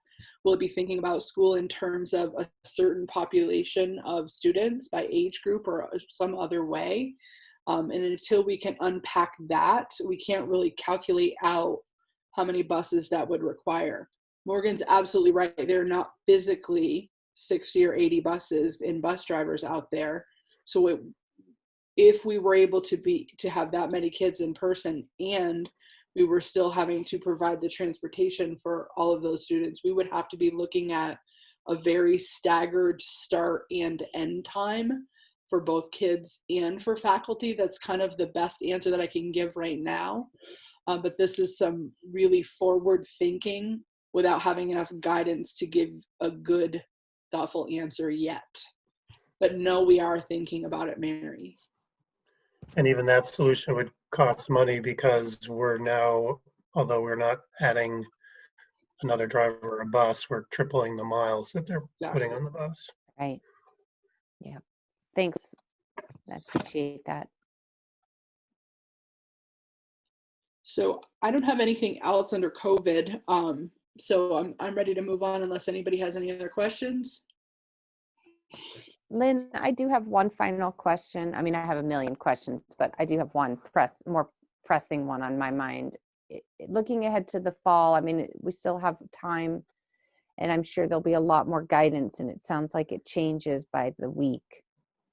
but in a regular year, I see often kids coming to school with runny noses and colds and such. And I'm just curious, like what is it going to look like to be stricter about when kids can safely enter the building? And when I don't know, it's like a cold, it's like the new Salem witch trials. Like, I don't know how we're equipped to really delineate, is it allergies? Is it a cold? Is it COVID? And what does that look like? And who can enter the building? And if you have any runny nose, are you just not? And sometimes parents are in a real pinch. Their kid might have a tiny cold and they drop them at school because they need to go to work. And so it's just been on my mind. How are we going to monitor that? I assume our health staff will be an important part of that. I would say that, again, you guys are hitting me with all really great questions. Our FNESU nurses have been meeting really regularly, and they're also connected to regional and state level nursing groups who are working on figuring out exactly these things, because one of the things that we don't want to be in a situation of doing is making it so that a child who suffers from allergies for the entire month of September can't come to school at all because it could possibly be COVID. I know that they're coming up with the checklist of, here are the questions that we're going to ask, and here's the temperature check that we're going to do. And I'm confident that they're going to come up with something that's reasonable.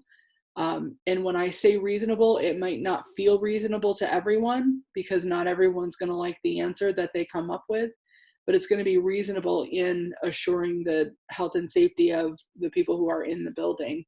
I don't 100% know what it'll look like yet, Mary, about how we can weed that out. I mean, it might have to do with, if there are kids that are struggling with allergies, or they have a cold that they're seen by a doctor, or we have some documentation that this is allergy related. I can relate to this because for those of you that have known me forever, I have a cough.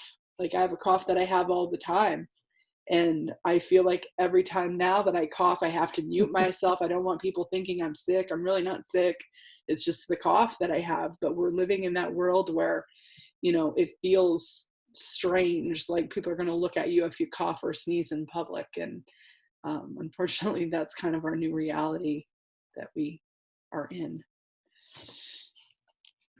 So we are working on it, Mary, and I know. And do you know yet, Lynn, if one positive case in a particular school community would prompt closure for the entire school? I know that we have to prepare for reactive closures, but they have not given us the guidance on what that would be, whether that's a closure of a classroom or a closure of an entire school. If it's a 2-week closure, is it a couple day closure? Will they go in and disinfect? Like, that's guidance that I'm anticipating is going to be coming. But I can't yet understand or imagine what that's going to be. That's a little ahead of where my thinking is right now. I will stop asking questions No, for which there are no answers. We do this every day, and I know there are some days Morgan wished I didn't have his cell phone number because he might get sick of me texting. We also have to think about this text to him. So it is a lot to think about, for sure. Thanks, Lynn. You're welcome. So I'd like to shift into personnel, and I have in Bakersfield, I'll start with resignations. I have 2 staff members who resigned just after your May board meeting. So that is Mallory Jones, 4th grade teacher, and Victoria Rosales, your music teacher. So I'll ask the board to make a motion to accept those resignations.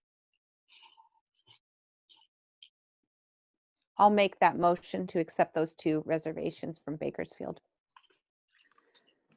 I'm kind of so sad about this that I don't want to, I didn't want to make the motion. Thank you, Mary. And we'll vote by roll. Emily, Yes. Mary, Yes. Lisa, Yes. Erin, Yes. Miranda, Yes. John, Yes. and Kat. Yes. Thank you. So there are no additional resignations in either of the other 3 buildings. I think we captured them all in our May meeting.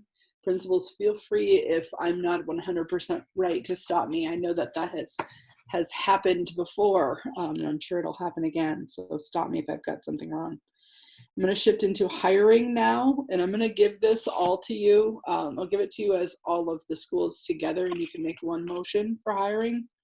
So in Bakersfield, they are hiring Ella Church and Alexis Trombley to fill elementary positions. Montgomery and Berkshire are done their hiring. Sheldon will be hiring Bailey, I don't know how to say this one, Christy, DeForge. Yes. And Bridget Ettinger Kernan. Both will be filling elementary, 1-year elementary positions. You have a couple of staff members in Sheldon that are taking that year's leave of absence. So you have 2 from Bakersfield and 2 from Sheldon. So be looking for a motion to hire. I can I'll make the make motion. Sorry. Was that you, Erin? Yes. Thank you. Okay, thank you. I just had a question. Does that fill most or all of our open positions? It does. That's the next part of my agenda, and I think that you are mostly filled, but I'll let the principals help me fill in the holes. Oh, there. yes, I see that now. Sorry, I was Okay. preempting you. No worries. Okay, so let's vote by roll if we're okay with that. Emily, Yes. Mary, Yes. Lisa, Yes. Miranda, Yes. John, Yes. and Kat. Yes. Great, thank you all. Erin says yes too. Thank you. Oh, I'm so sorry, and I haven't written down. I'll ask you twice next time. So Okay, for thank you. remaining open positions, I think I'm close, but principals, I'm quite certain I've missed a position or 2. In Bakersfield, I believe Rhoda is still looking for music, and I don't think you're looking for intervention at this point. Is that correct? We have a part-time math interventionist, sorry, 0.5 that's still out there, but we haven't had any applicants, so. Okay. So may are not there any know other yet. openings for you in Bakersfield, Rhoda? Just the music. Okay. Berkshire, I believe Lenny's only is a 0.5 LPN. Yep. Halftime. Correct. Montgomery, I believe, is fully staffed. And I believe that Sheldon is still looking for tech integrationist. Do you have any other openings, Christy? Just a school psychologist, but that's the issue. And we may have news for you on that one.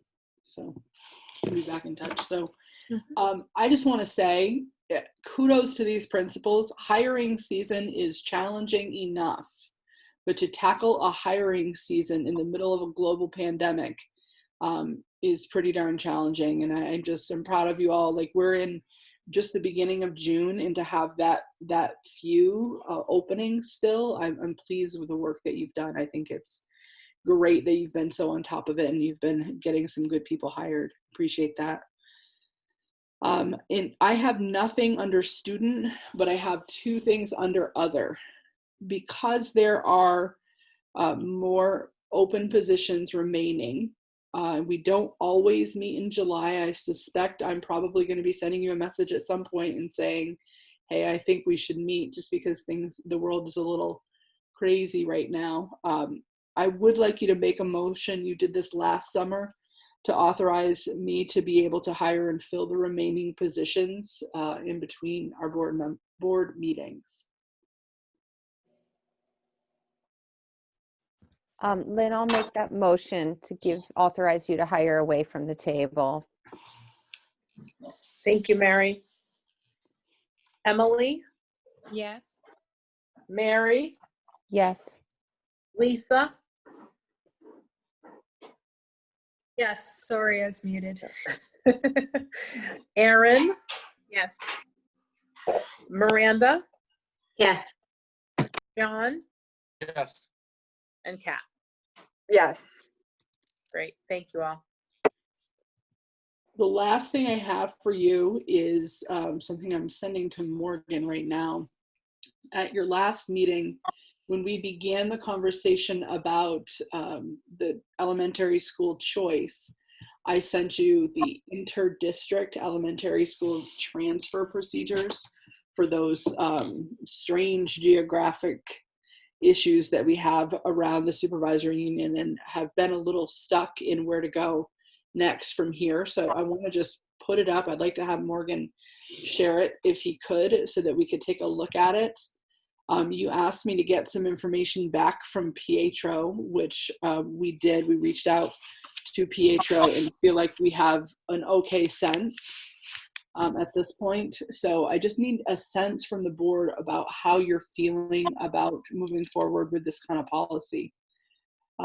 So do you all remember the conversation we were having and what this is and connected to? Apologize, Jean Marie, I know you're watching from a phone. So this is really about capturing those kiddos who live essentially in one community, but geographically it is another community, and they have to drive by that community, a different community, to get to their resident school. So this procedure was intended to take care of that. You asked me last time, this is how I think I remembered it, was to attend to making sure that it was really clear around transportation, that it wouldn't be provided, and to make it really clear that there would be reasons why kids would not be accepted if there was not room, or if it had a negative impact on the sending or the receiving school, which I did. Morgan and I reached out for some clarification. We had conversations about where does the money go, and so where we've kind of landed is we weren't wrong in our thinking. If there is a child who is an Enosburg resident and they're being educated in Montgomery, as an example, because they live essentially in Montgomery, Enosburg would count the child in their ADM. This is all exactly the same as it is for our kids who exercise the more broad public school choice for high school kiddos. So the resident community would count the child in their ADM, and then the agreement that we have for those kids who come to Enosburg, for example, or to Richford from a town outside of the Enosburg-Richford district, like Missisquoi, for example, is we would bill back any extraordinary costs. So if the child had an IEP and there were extraordinary costs associated with that child attending the school, those costs would go back to their school of residence to be paid.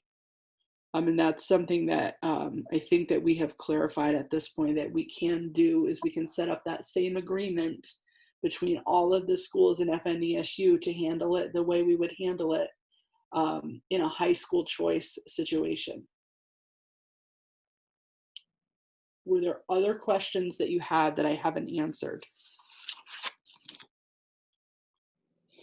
So Lynn, just to clarify that financial component, you're saying that there would be a bill back to the town of residence for extraordinary costs, but I'm assuming that's above and beyond the kind of average per pupil cost. Yeah. That would be borne by the receiving district, regardless of the fact that that particular taxpayer does not pay taxes to a town in the NMVU district. So this would be the agreement that we would propose between the two districts in Franklin Northeast. we would propose that you handle this the way we handle high school choice students, so that you agree in advance between the two different district boards that if there is a child that has associated costs above and beyond what typical tuition would bring or a typical general ed student would cost, that those get billed back to the school of residence, to the community of residence, I should say.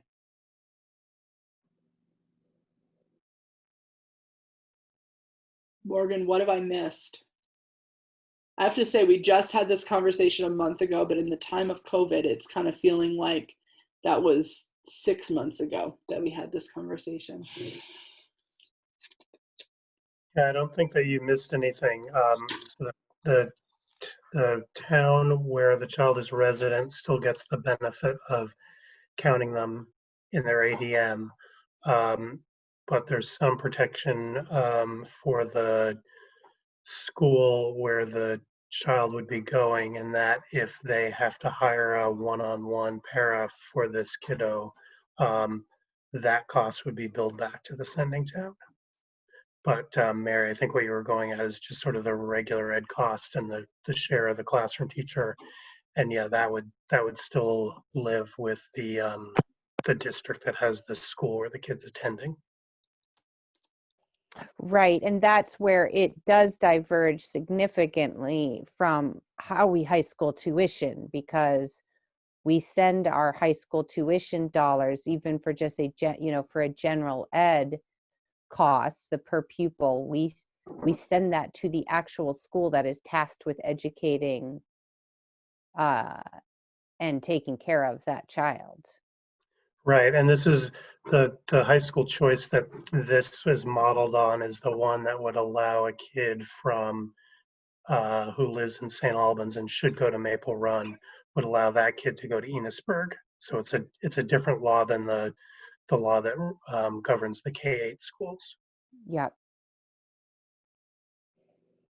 And Morgan, from the financial perspective, then for from the general ed costs, the per pupil costs for a student, how impactful or not is that for the receiving district that doesn't receiving the child that is where the tax dollars are not actually supporting that child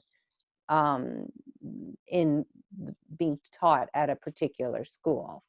I mean, I suppose it's kind of the costs get diluted over, the teacher's already there, the classroom materials are already there, the administrative staff is already there, and so it's how I would say that is it? In most cases, it's going to be negligible because of that, and that's why you have the reference to class size in that policy, so that you don't ever get to a point where taking this kid on is going to put you in a place where you need to hire another teacher, hire another support staff member. The special ed costs, I think anything extraordinary you get to bill back, so that also wouldn't be impactful. I could come up with a really bizarre case where you had a kid that had super high costs and was not special ed eligible, and that falls into a gray area. But that's a case that we've never seen here, so it's nothing that we've had to deal with. And then the benefit in theory is that at some point as an SU, we're gonna probably save a little bit in transportation and not trying to truck Kate Muir's kid past your house to get them to Richford Elementary School. And Lynn, would you anticipate this being something that is reevaluated on a year-by-year basis? Because that could be disruptive to the child, or is it, once they are in, they're in, as long as they would like to continue going to the school closest to them? Is it a kind of in perpetuity for their K-8 career? we would not want to put a procedure in place that would do harm to kids, and having them have to reapply to this and worry about whether or not they'd be able to maintain, in the school that they're in. I think that would be damaging. So I certainly wouldn't recommend that. I would recommend that once they're in, and that they're able to complete until they matriculate to whatever high school that they're going to go to. Okay, thanks. Do people still need Morgan to be sharing at this point? Lynn, at what stage is this kind of procedure? Like, we're just kind of reviewing it now, and So will it? we're kind of in a stage where I had a difficult time reading the will of this board at your last meeting, to be completely honest. And I know that this was a situation where it didn't get into the policy packet, so I completely understood that you were seeing it quickly and not having time to digest it. If it was something that I got a sense in June that both boards were on board with, this would be a reason for me to call you back and ask you to approve in July this procedure for both the districts and for the SU. We don't technically have to do that because it's a procedure and not a policy, but I would never put a change like this in place without having it go through the approval process of the board, because it's so different than what we have done. Right, and I think it has, financial implications that are important to be considered. Absolutely. Do you see anybody jumping on board this year with this policy? Like, do we have families who are hoping this happens quickly? Yes. Okay. I see, Sandy. Okay. I think that's the one we know of, but I think that there are, when Morgan said something about the transportation costs, there probably in every one of the communities, there is a unique situation like this. So, there's no way to really predict how many people would want to or who would not want to benefit from this. But I would have to think that over time, the benefit that could be shared within each of the separate districts would kind of even it out, because it really is, we have some strange geography that we deal with within these communities. I mean, strange in a bad way, just strange in terms of, dividing community lines, I guess. It seems like we're protected in the sense of, if the numbers are too high, you can say, no, we can't do that right now. But then it also opens up possibilities for families. It doesn't, for me, it seems like this is a positive move. I just had a quick question. I noticed at the end of the procedure, it's mentioned for a denial, we list extenuating circumstances, and that's pretty wide open. So if there's ever anything unusual, is that something that comes up with the board that we discuss? So people can always they can always appeal a decision that I make, John. So if I make a decision and I say it's for this extenuating circumstance, the family would have the ability to appeal beyond me to the board. Okay. And is that something typical to put into a procedure like this as a catch-all for something we haven't thought of that may happen? So this kind of, I put that language in there and I don't love it, to be completely honest with you, John, but Mary asked a question earlier about the first policy. And that's the question that, when we're making the changes like this, that always kind of goes through my head about what are the things that we haven't anticipated could be, unintended consequences for moving in this direction or in that direction. And I think that I just want to make sure that if we shift to a policy like this, that there is a way for us to be able to look at each of those situations individually and the impact that it would have on both the sending and the receiving school. And I don't know that I could articulate all of those potential impacts at this point, because I can't yet envision what they might be. So I could see this being a policy or a procedure that we would bring back for evaluation, just like we talked about at the beginning, like the other policy, the elementary school choice transfer policy. And Lynn, just to kind of segue off of that, then, are you, as far as the numbers, because in the in the inter-district policy now for NMVU, you have those number parameters of kids because we're trying to be mindful of capacity. And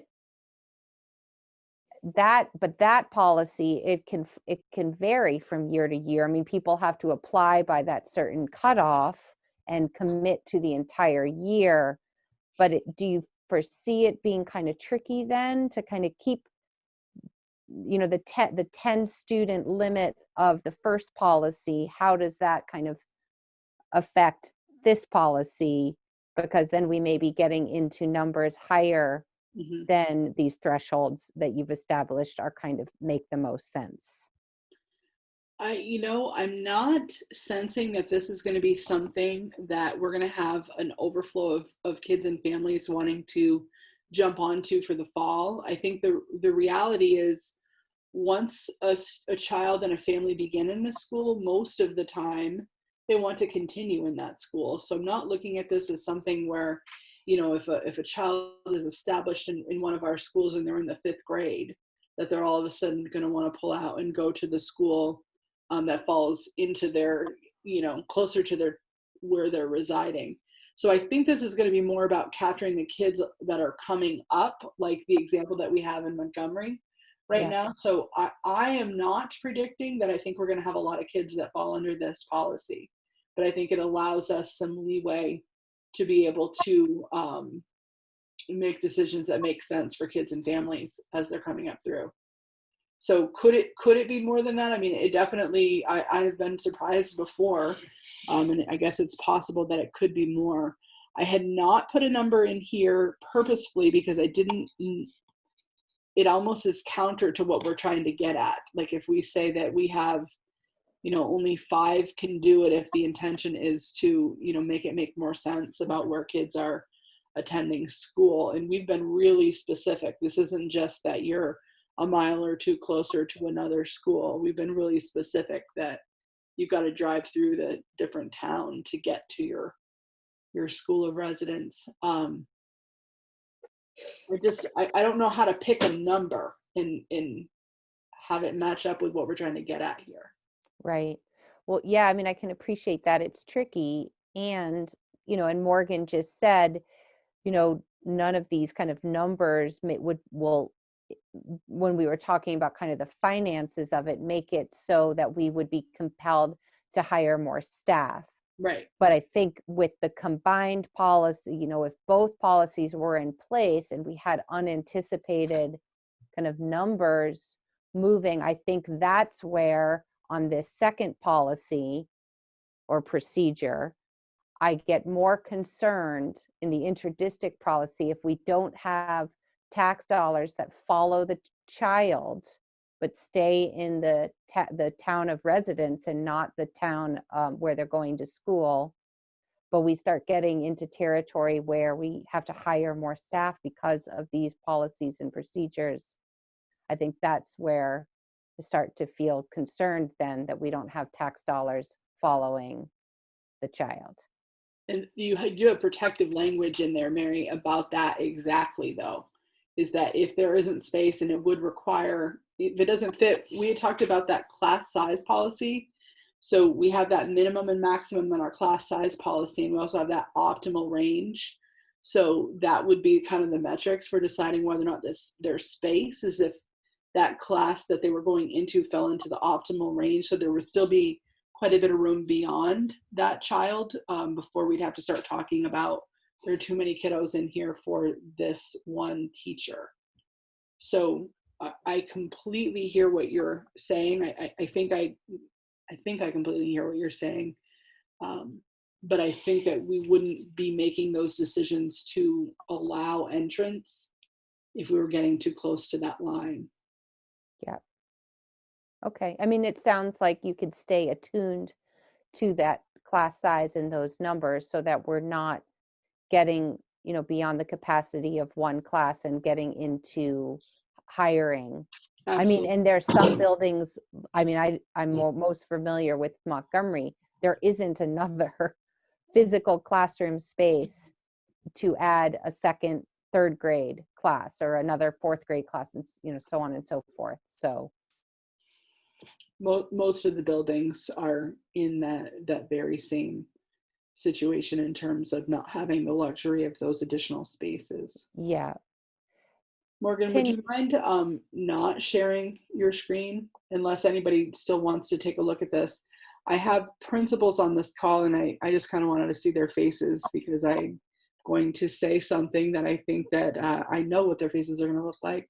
When I go to them and say, hey, we have an application for a child for this interdistrict policy, they are going to hold me accountable for the class sizes that they have. They're going to make sure that I'm going to make sure they're going to make sure that we're all being open and honest with us about whether or not there is actually space for those kids. So these will be decisions that will be, they'll be collaborative decisions, and they'll be well thought out and careful decisions. So I see Sandy's little smile. I know she's all of them really. I'm confident they'll hold me accountable, Mary. Lynn, can you forward us a copy of that interdistrict procedure at some point? I'll do it right now. Great, thank you so much. You're welcome. And I think that is all I have.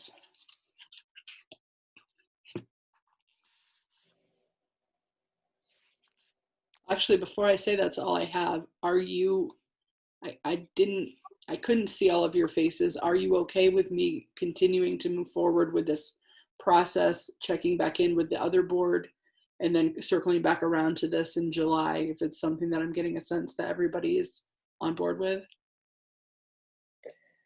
I think so. I think this is something that we had talked about when, before we merged. So I don't want to slow it down, but I really do want to, I can't read it on my tiny little phone. So if you could send it out to all of us so that we can, continue to give you feedback, that'd be great. Okay, thank you. Okay, now we're at the principals. I feel like we kind of keep going in circles a little bit tonight. Questions for the principals? I appreciate you sending your reports, and I'm thankful that we all got to hear a little bit about your end of the year celebrations. Did anybody have questions for any of the principals, or did they have anything additional they wanted to add to the comment about this evening?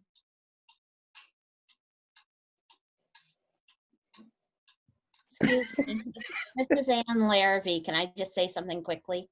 Sure.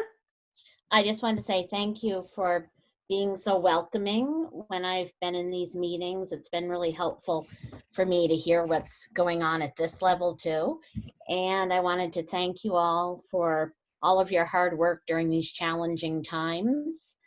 And my principal, Lenny, has shown great leadership, and I really appreciate all that you've done, Lenny. And when we have questions, if he doesn't know the answers, he tells us he doesn't know the answers, and I appreciate that.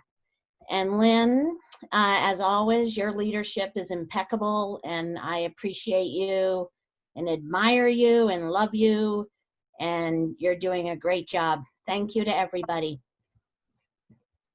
Thank you, Ann. Thank you, Ann. There was a quick thing in my report that talked about retiring teachers. And I don't want to take a whole lot of time around that, but because I realize it's getting late. But I know that we have a retiring teacher from our school, as you know, who's been in our district, in this district for a long time, Arlene O'Rourke. And there was a tradition that Bakersfield gave a gift to the retiring teacher. And it was brought to my attention this year. Well, what are we doing about that? Because it's a whole new board. So I'm just putting it out there. Thank you for bringing that up, Rhoda. I know that Erin and I had a little bit of a conversation around that outside of the board, and I know that several years ago I was able to attend a 8th grade graduation at Sheldon Elementary, and I know that they have a tradition in their building as well, that how they honor their retiring teachers. So as I've sort of been thinking about this, it seems like we are one big board now, but I think it behooves us to continue to honor some of those building traditions that we've had. And so, as much as possible, that's the smoke detector going off here. I'd like for us to try to continue to honor those traditions as the individual communities that we are. So I don't know if anybody else has thoughts on that, or Erin, if you wanted to comment. Yeah, so when Rhoda asked me about this, I had wondered what the teachers would think. Like, do they want it to be uniform so that it's equal, or do you continue to honor traditions at each school? I love the fact that we are a unified district, but yet each school has their own personalities. I think that we can be equitable without being the same. So I think I just wonder if maybe, since we have a July meeting on the books now, that we put this under board business in July for coming years. I just think it's a little late to the ball game for this year. But yeah, I had wondered if something equitable, but doesn't have to necessarily be the same thing. Those are my thoughts. I think typically it's not, and maybe I don't know exactly about some of our communities, but I think typically it's taken care of at the school level. And, I know what some of your traditions are, but not all of your traditions. And I know you each have a little bit of funding that you can use to help with that. A lot of you have like sunshine funds and things like that to help with your end of year expenses and recognizing and honoring your retiring staff members. So I would encourage you to maintain those. I mean, all through this process, I agree with Jean Marie, we've talked about, being united and working well together, but at the same time, honoring and respecting the differences that we all have. And I think that it's important to continue to do that. We don't have to throw away tradition just because we're a unified board. So was there something specific, Rhoda, that you were feeling like that the board needed to act on? No, it just came to my attention that the former Bakersfield board would give a gift, and it was asked of me by my teachers, is the board now going to do that? And Does it come down to funding? Like, I think the funding came from the board budget. Mm-hmm. And so I didn't know how to answer. Yeah. So could you give I'm sure Morgan can help you with that answer if you give him a call or check in with him tomorrow in terms of funding that. I don't think that the board is telling you not to do the same thing that you've done. That's the sense I'm getting. That's, yeah.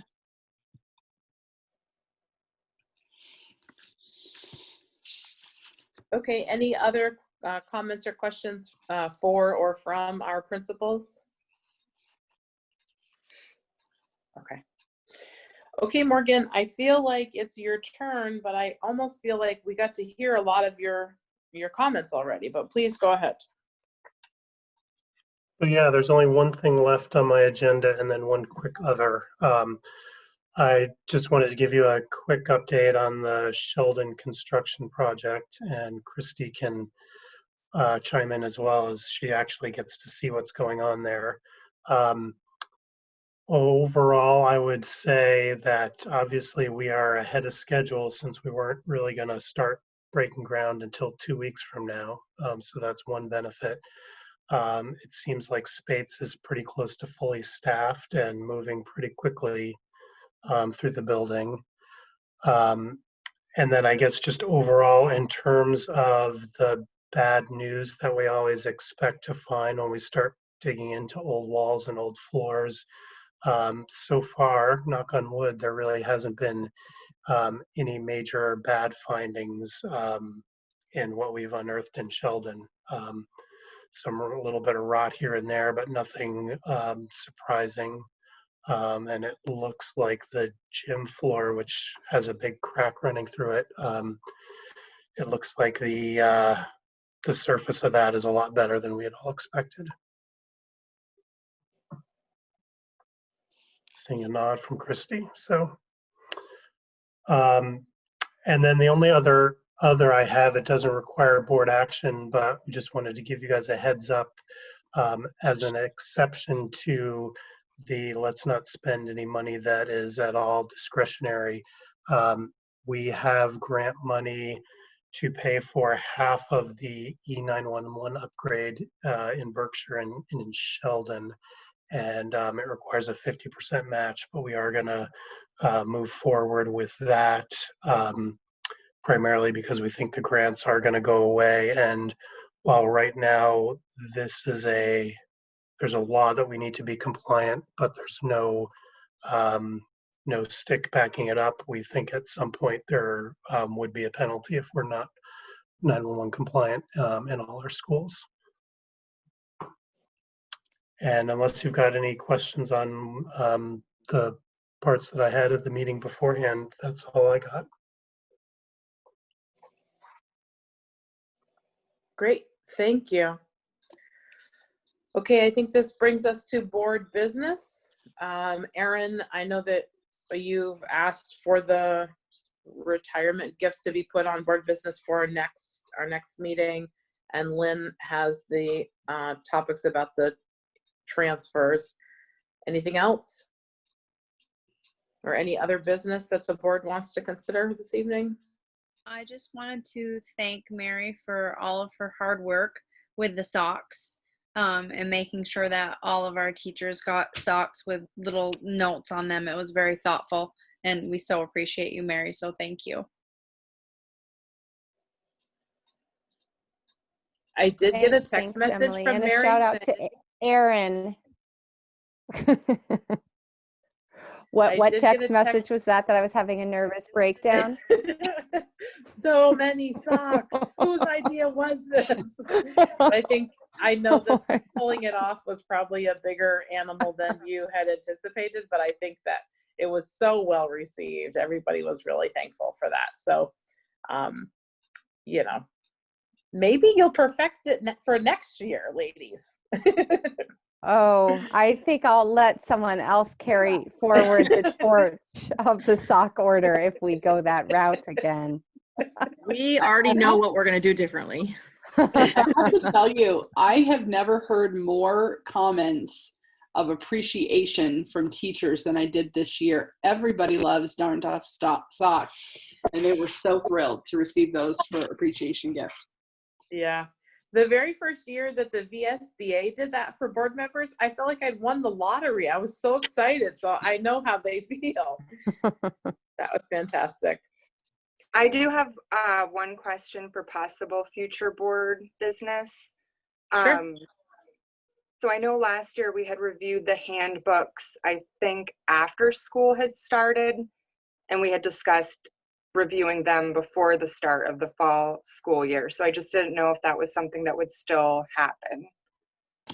So I'm going to be honest on that one, Catherine. We had that in our April. I had that scheduled for our April leadership team, and we have not done that work yet, given what we have been focusing on. So I hope that the principals can put their books together and have those conversations. In terms of the alignment, we certainly can try to get our handbooks in earlier than last year. However, I'm a little worried about what we're going to have to put in those handbooks in connection to how school is going to be in the fall. So I think that the alignment piece might not be the priority this year as much as it is about capturing what our procedures and systems are going to look like. That part I think can be really aligned, because how that's going to play out in our schools is going to be pretty aligned. I just don't want to overpromise for our principals because the load has been super heavy for all of them. So we won't lose sight, though, I promise. Next year I'll make sure it gets in the calendar. Lynn, I think also, and correct me if I'm wrong, I think that the thought was that we were approving those handbooks without reading them. And so the hope is that we would get to see them before they were brought to us to approve before the school year opens. So I know alignment is one piece, but I think also is just being able to have a chance to look through them, or at least a highlight of what would be changing before we have to sit and approve them. Okay. So I think the tricky part is your August board meeting happens August 5th. And that's 3 weeks, 4 weeks before the school year starts. So I don't know that they always have them ready then. I think that's why we butted up against that last year. I think they could try to give you what they have on August 5th, but I have a worry in my mind that we'll still be working on unpacking guidance by then for this year. Do they have to go out right away at the beginning of the year? Can you wait till the September board meeting? What do principals think about that? Because I know August is going to come with a lot of change. So, I mean, even just with all of the COVID stuff, waiting and. I feel like right now, I don't know as though my handbook will change a lot from what it is right the second. I mean, I know there's a couple policies, a couple of things in there, categories, not policies, that I would like to compare with the other principals. But I mean, right now, you all have the handbooks that we gave you in, was it September? So, I mean, if you wanted to look at them now, and then we could show adjustments, I don't know. What we could do is the principals and I have a meeting in the morning, and you can help remind me that we're going to start talking about summer leadership, and I have a meeting with Jody and Michelle, two of our SU administrators, to begin that planning. So we could try to strategically set aside a chunk of time for you guys to be able to talk about your handbooks. And I don't think it's unreasonable, Aaron, to ask to be able to see them in advance of approval. I don't know. I think they could get them to you electronically before they go out, but I don't know yet if they're going to want to wait to pass those handbooks out a week after kids are back in school. Typically those go out either before they get to school or on that first day. So that's the tricky part. Unless the board wanted to have a special meeting closer to the end of August to be able to review those. That's another option we could talk about. And teachers utilize them at the beginning of the school year to go through some of those things with students. So that's what they count on that first week or so of school too. Yeah, I also forgot you guys we're starting a little bit earlier this year too. Yeah, we start on August 26th. Lynn, do you think it makes sense or to potentially kind of have two handbook? I mean, if we don't get around to unifying and having one NMVU handbook, which I think is what we had kind of talked about briefly last year, with all the COVID related stuff, it almost seems to me that that should be a separate kind of document that is almost SU wide, because all of that kind of guidance is going to be uniform across the board, and seems as though that may be better as a standalone second document that everyone gets, because I assume that's what you were talking about, that some of that is going to be embedded in the handbooks. So that will be separate, Mary, like the COVID stuff, our reopening plan, that will be specific, and that will be at the SU level for all of our schools, but some of that will be counter to what their handbooks say. Do you know what I mean? Okay. Because the structures are going to look so different in the fall that I think that they're going to have to make changes in their handbook potentially, or put some clauses in about what it would look like in each of the phases. I think Gotcha. there's definitely, I'm glad you brought this up tonight because of all the questions and all the buckets that we've been trying to anticipate. I really, really have not let my brain think about handbooks yet. So I'll add it to the bucket list.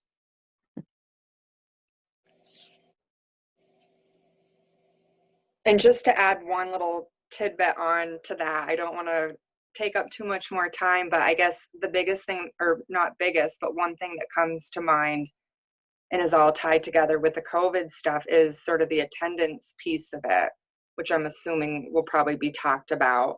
But with things looking so differently as far as, you know, potentially kids going home a lot more if they have the sniffles, like someone was bringing up earlier. So how does that change our attendance policies and expectations? So that is something, Catherine, that I know will be included in the guidance that we're going to be receiving, because we're also going to be in a situation where we're going to have children who fall into one of the high risk categories who won't be returning for that reason. So they might be in a remote model, even though some of their school age kids are in an in-person model. And we'll have more of the day-to-day attendance issues where kids can't come because they're symptomatic when a parent typically would have sent them if they had those types of symptoms. And I think that, you know, we're definitely looking for some guidance in that area, because it has been challenging to navigate what the expectations were around attendance during a remote learning phase. So as we're planning for those multiple contingencies, that's going to get really complicated to think about what does that look like and what are our expectations around that. For this time period, those expectations were definitely guided by direction we received at the state level around attendance and how to attend to that. So I would assume that we'll be getting some pretty specific guidance about that from the agency. I hope sooner rather than later, I might add.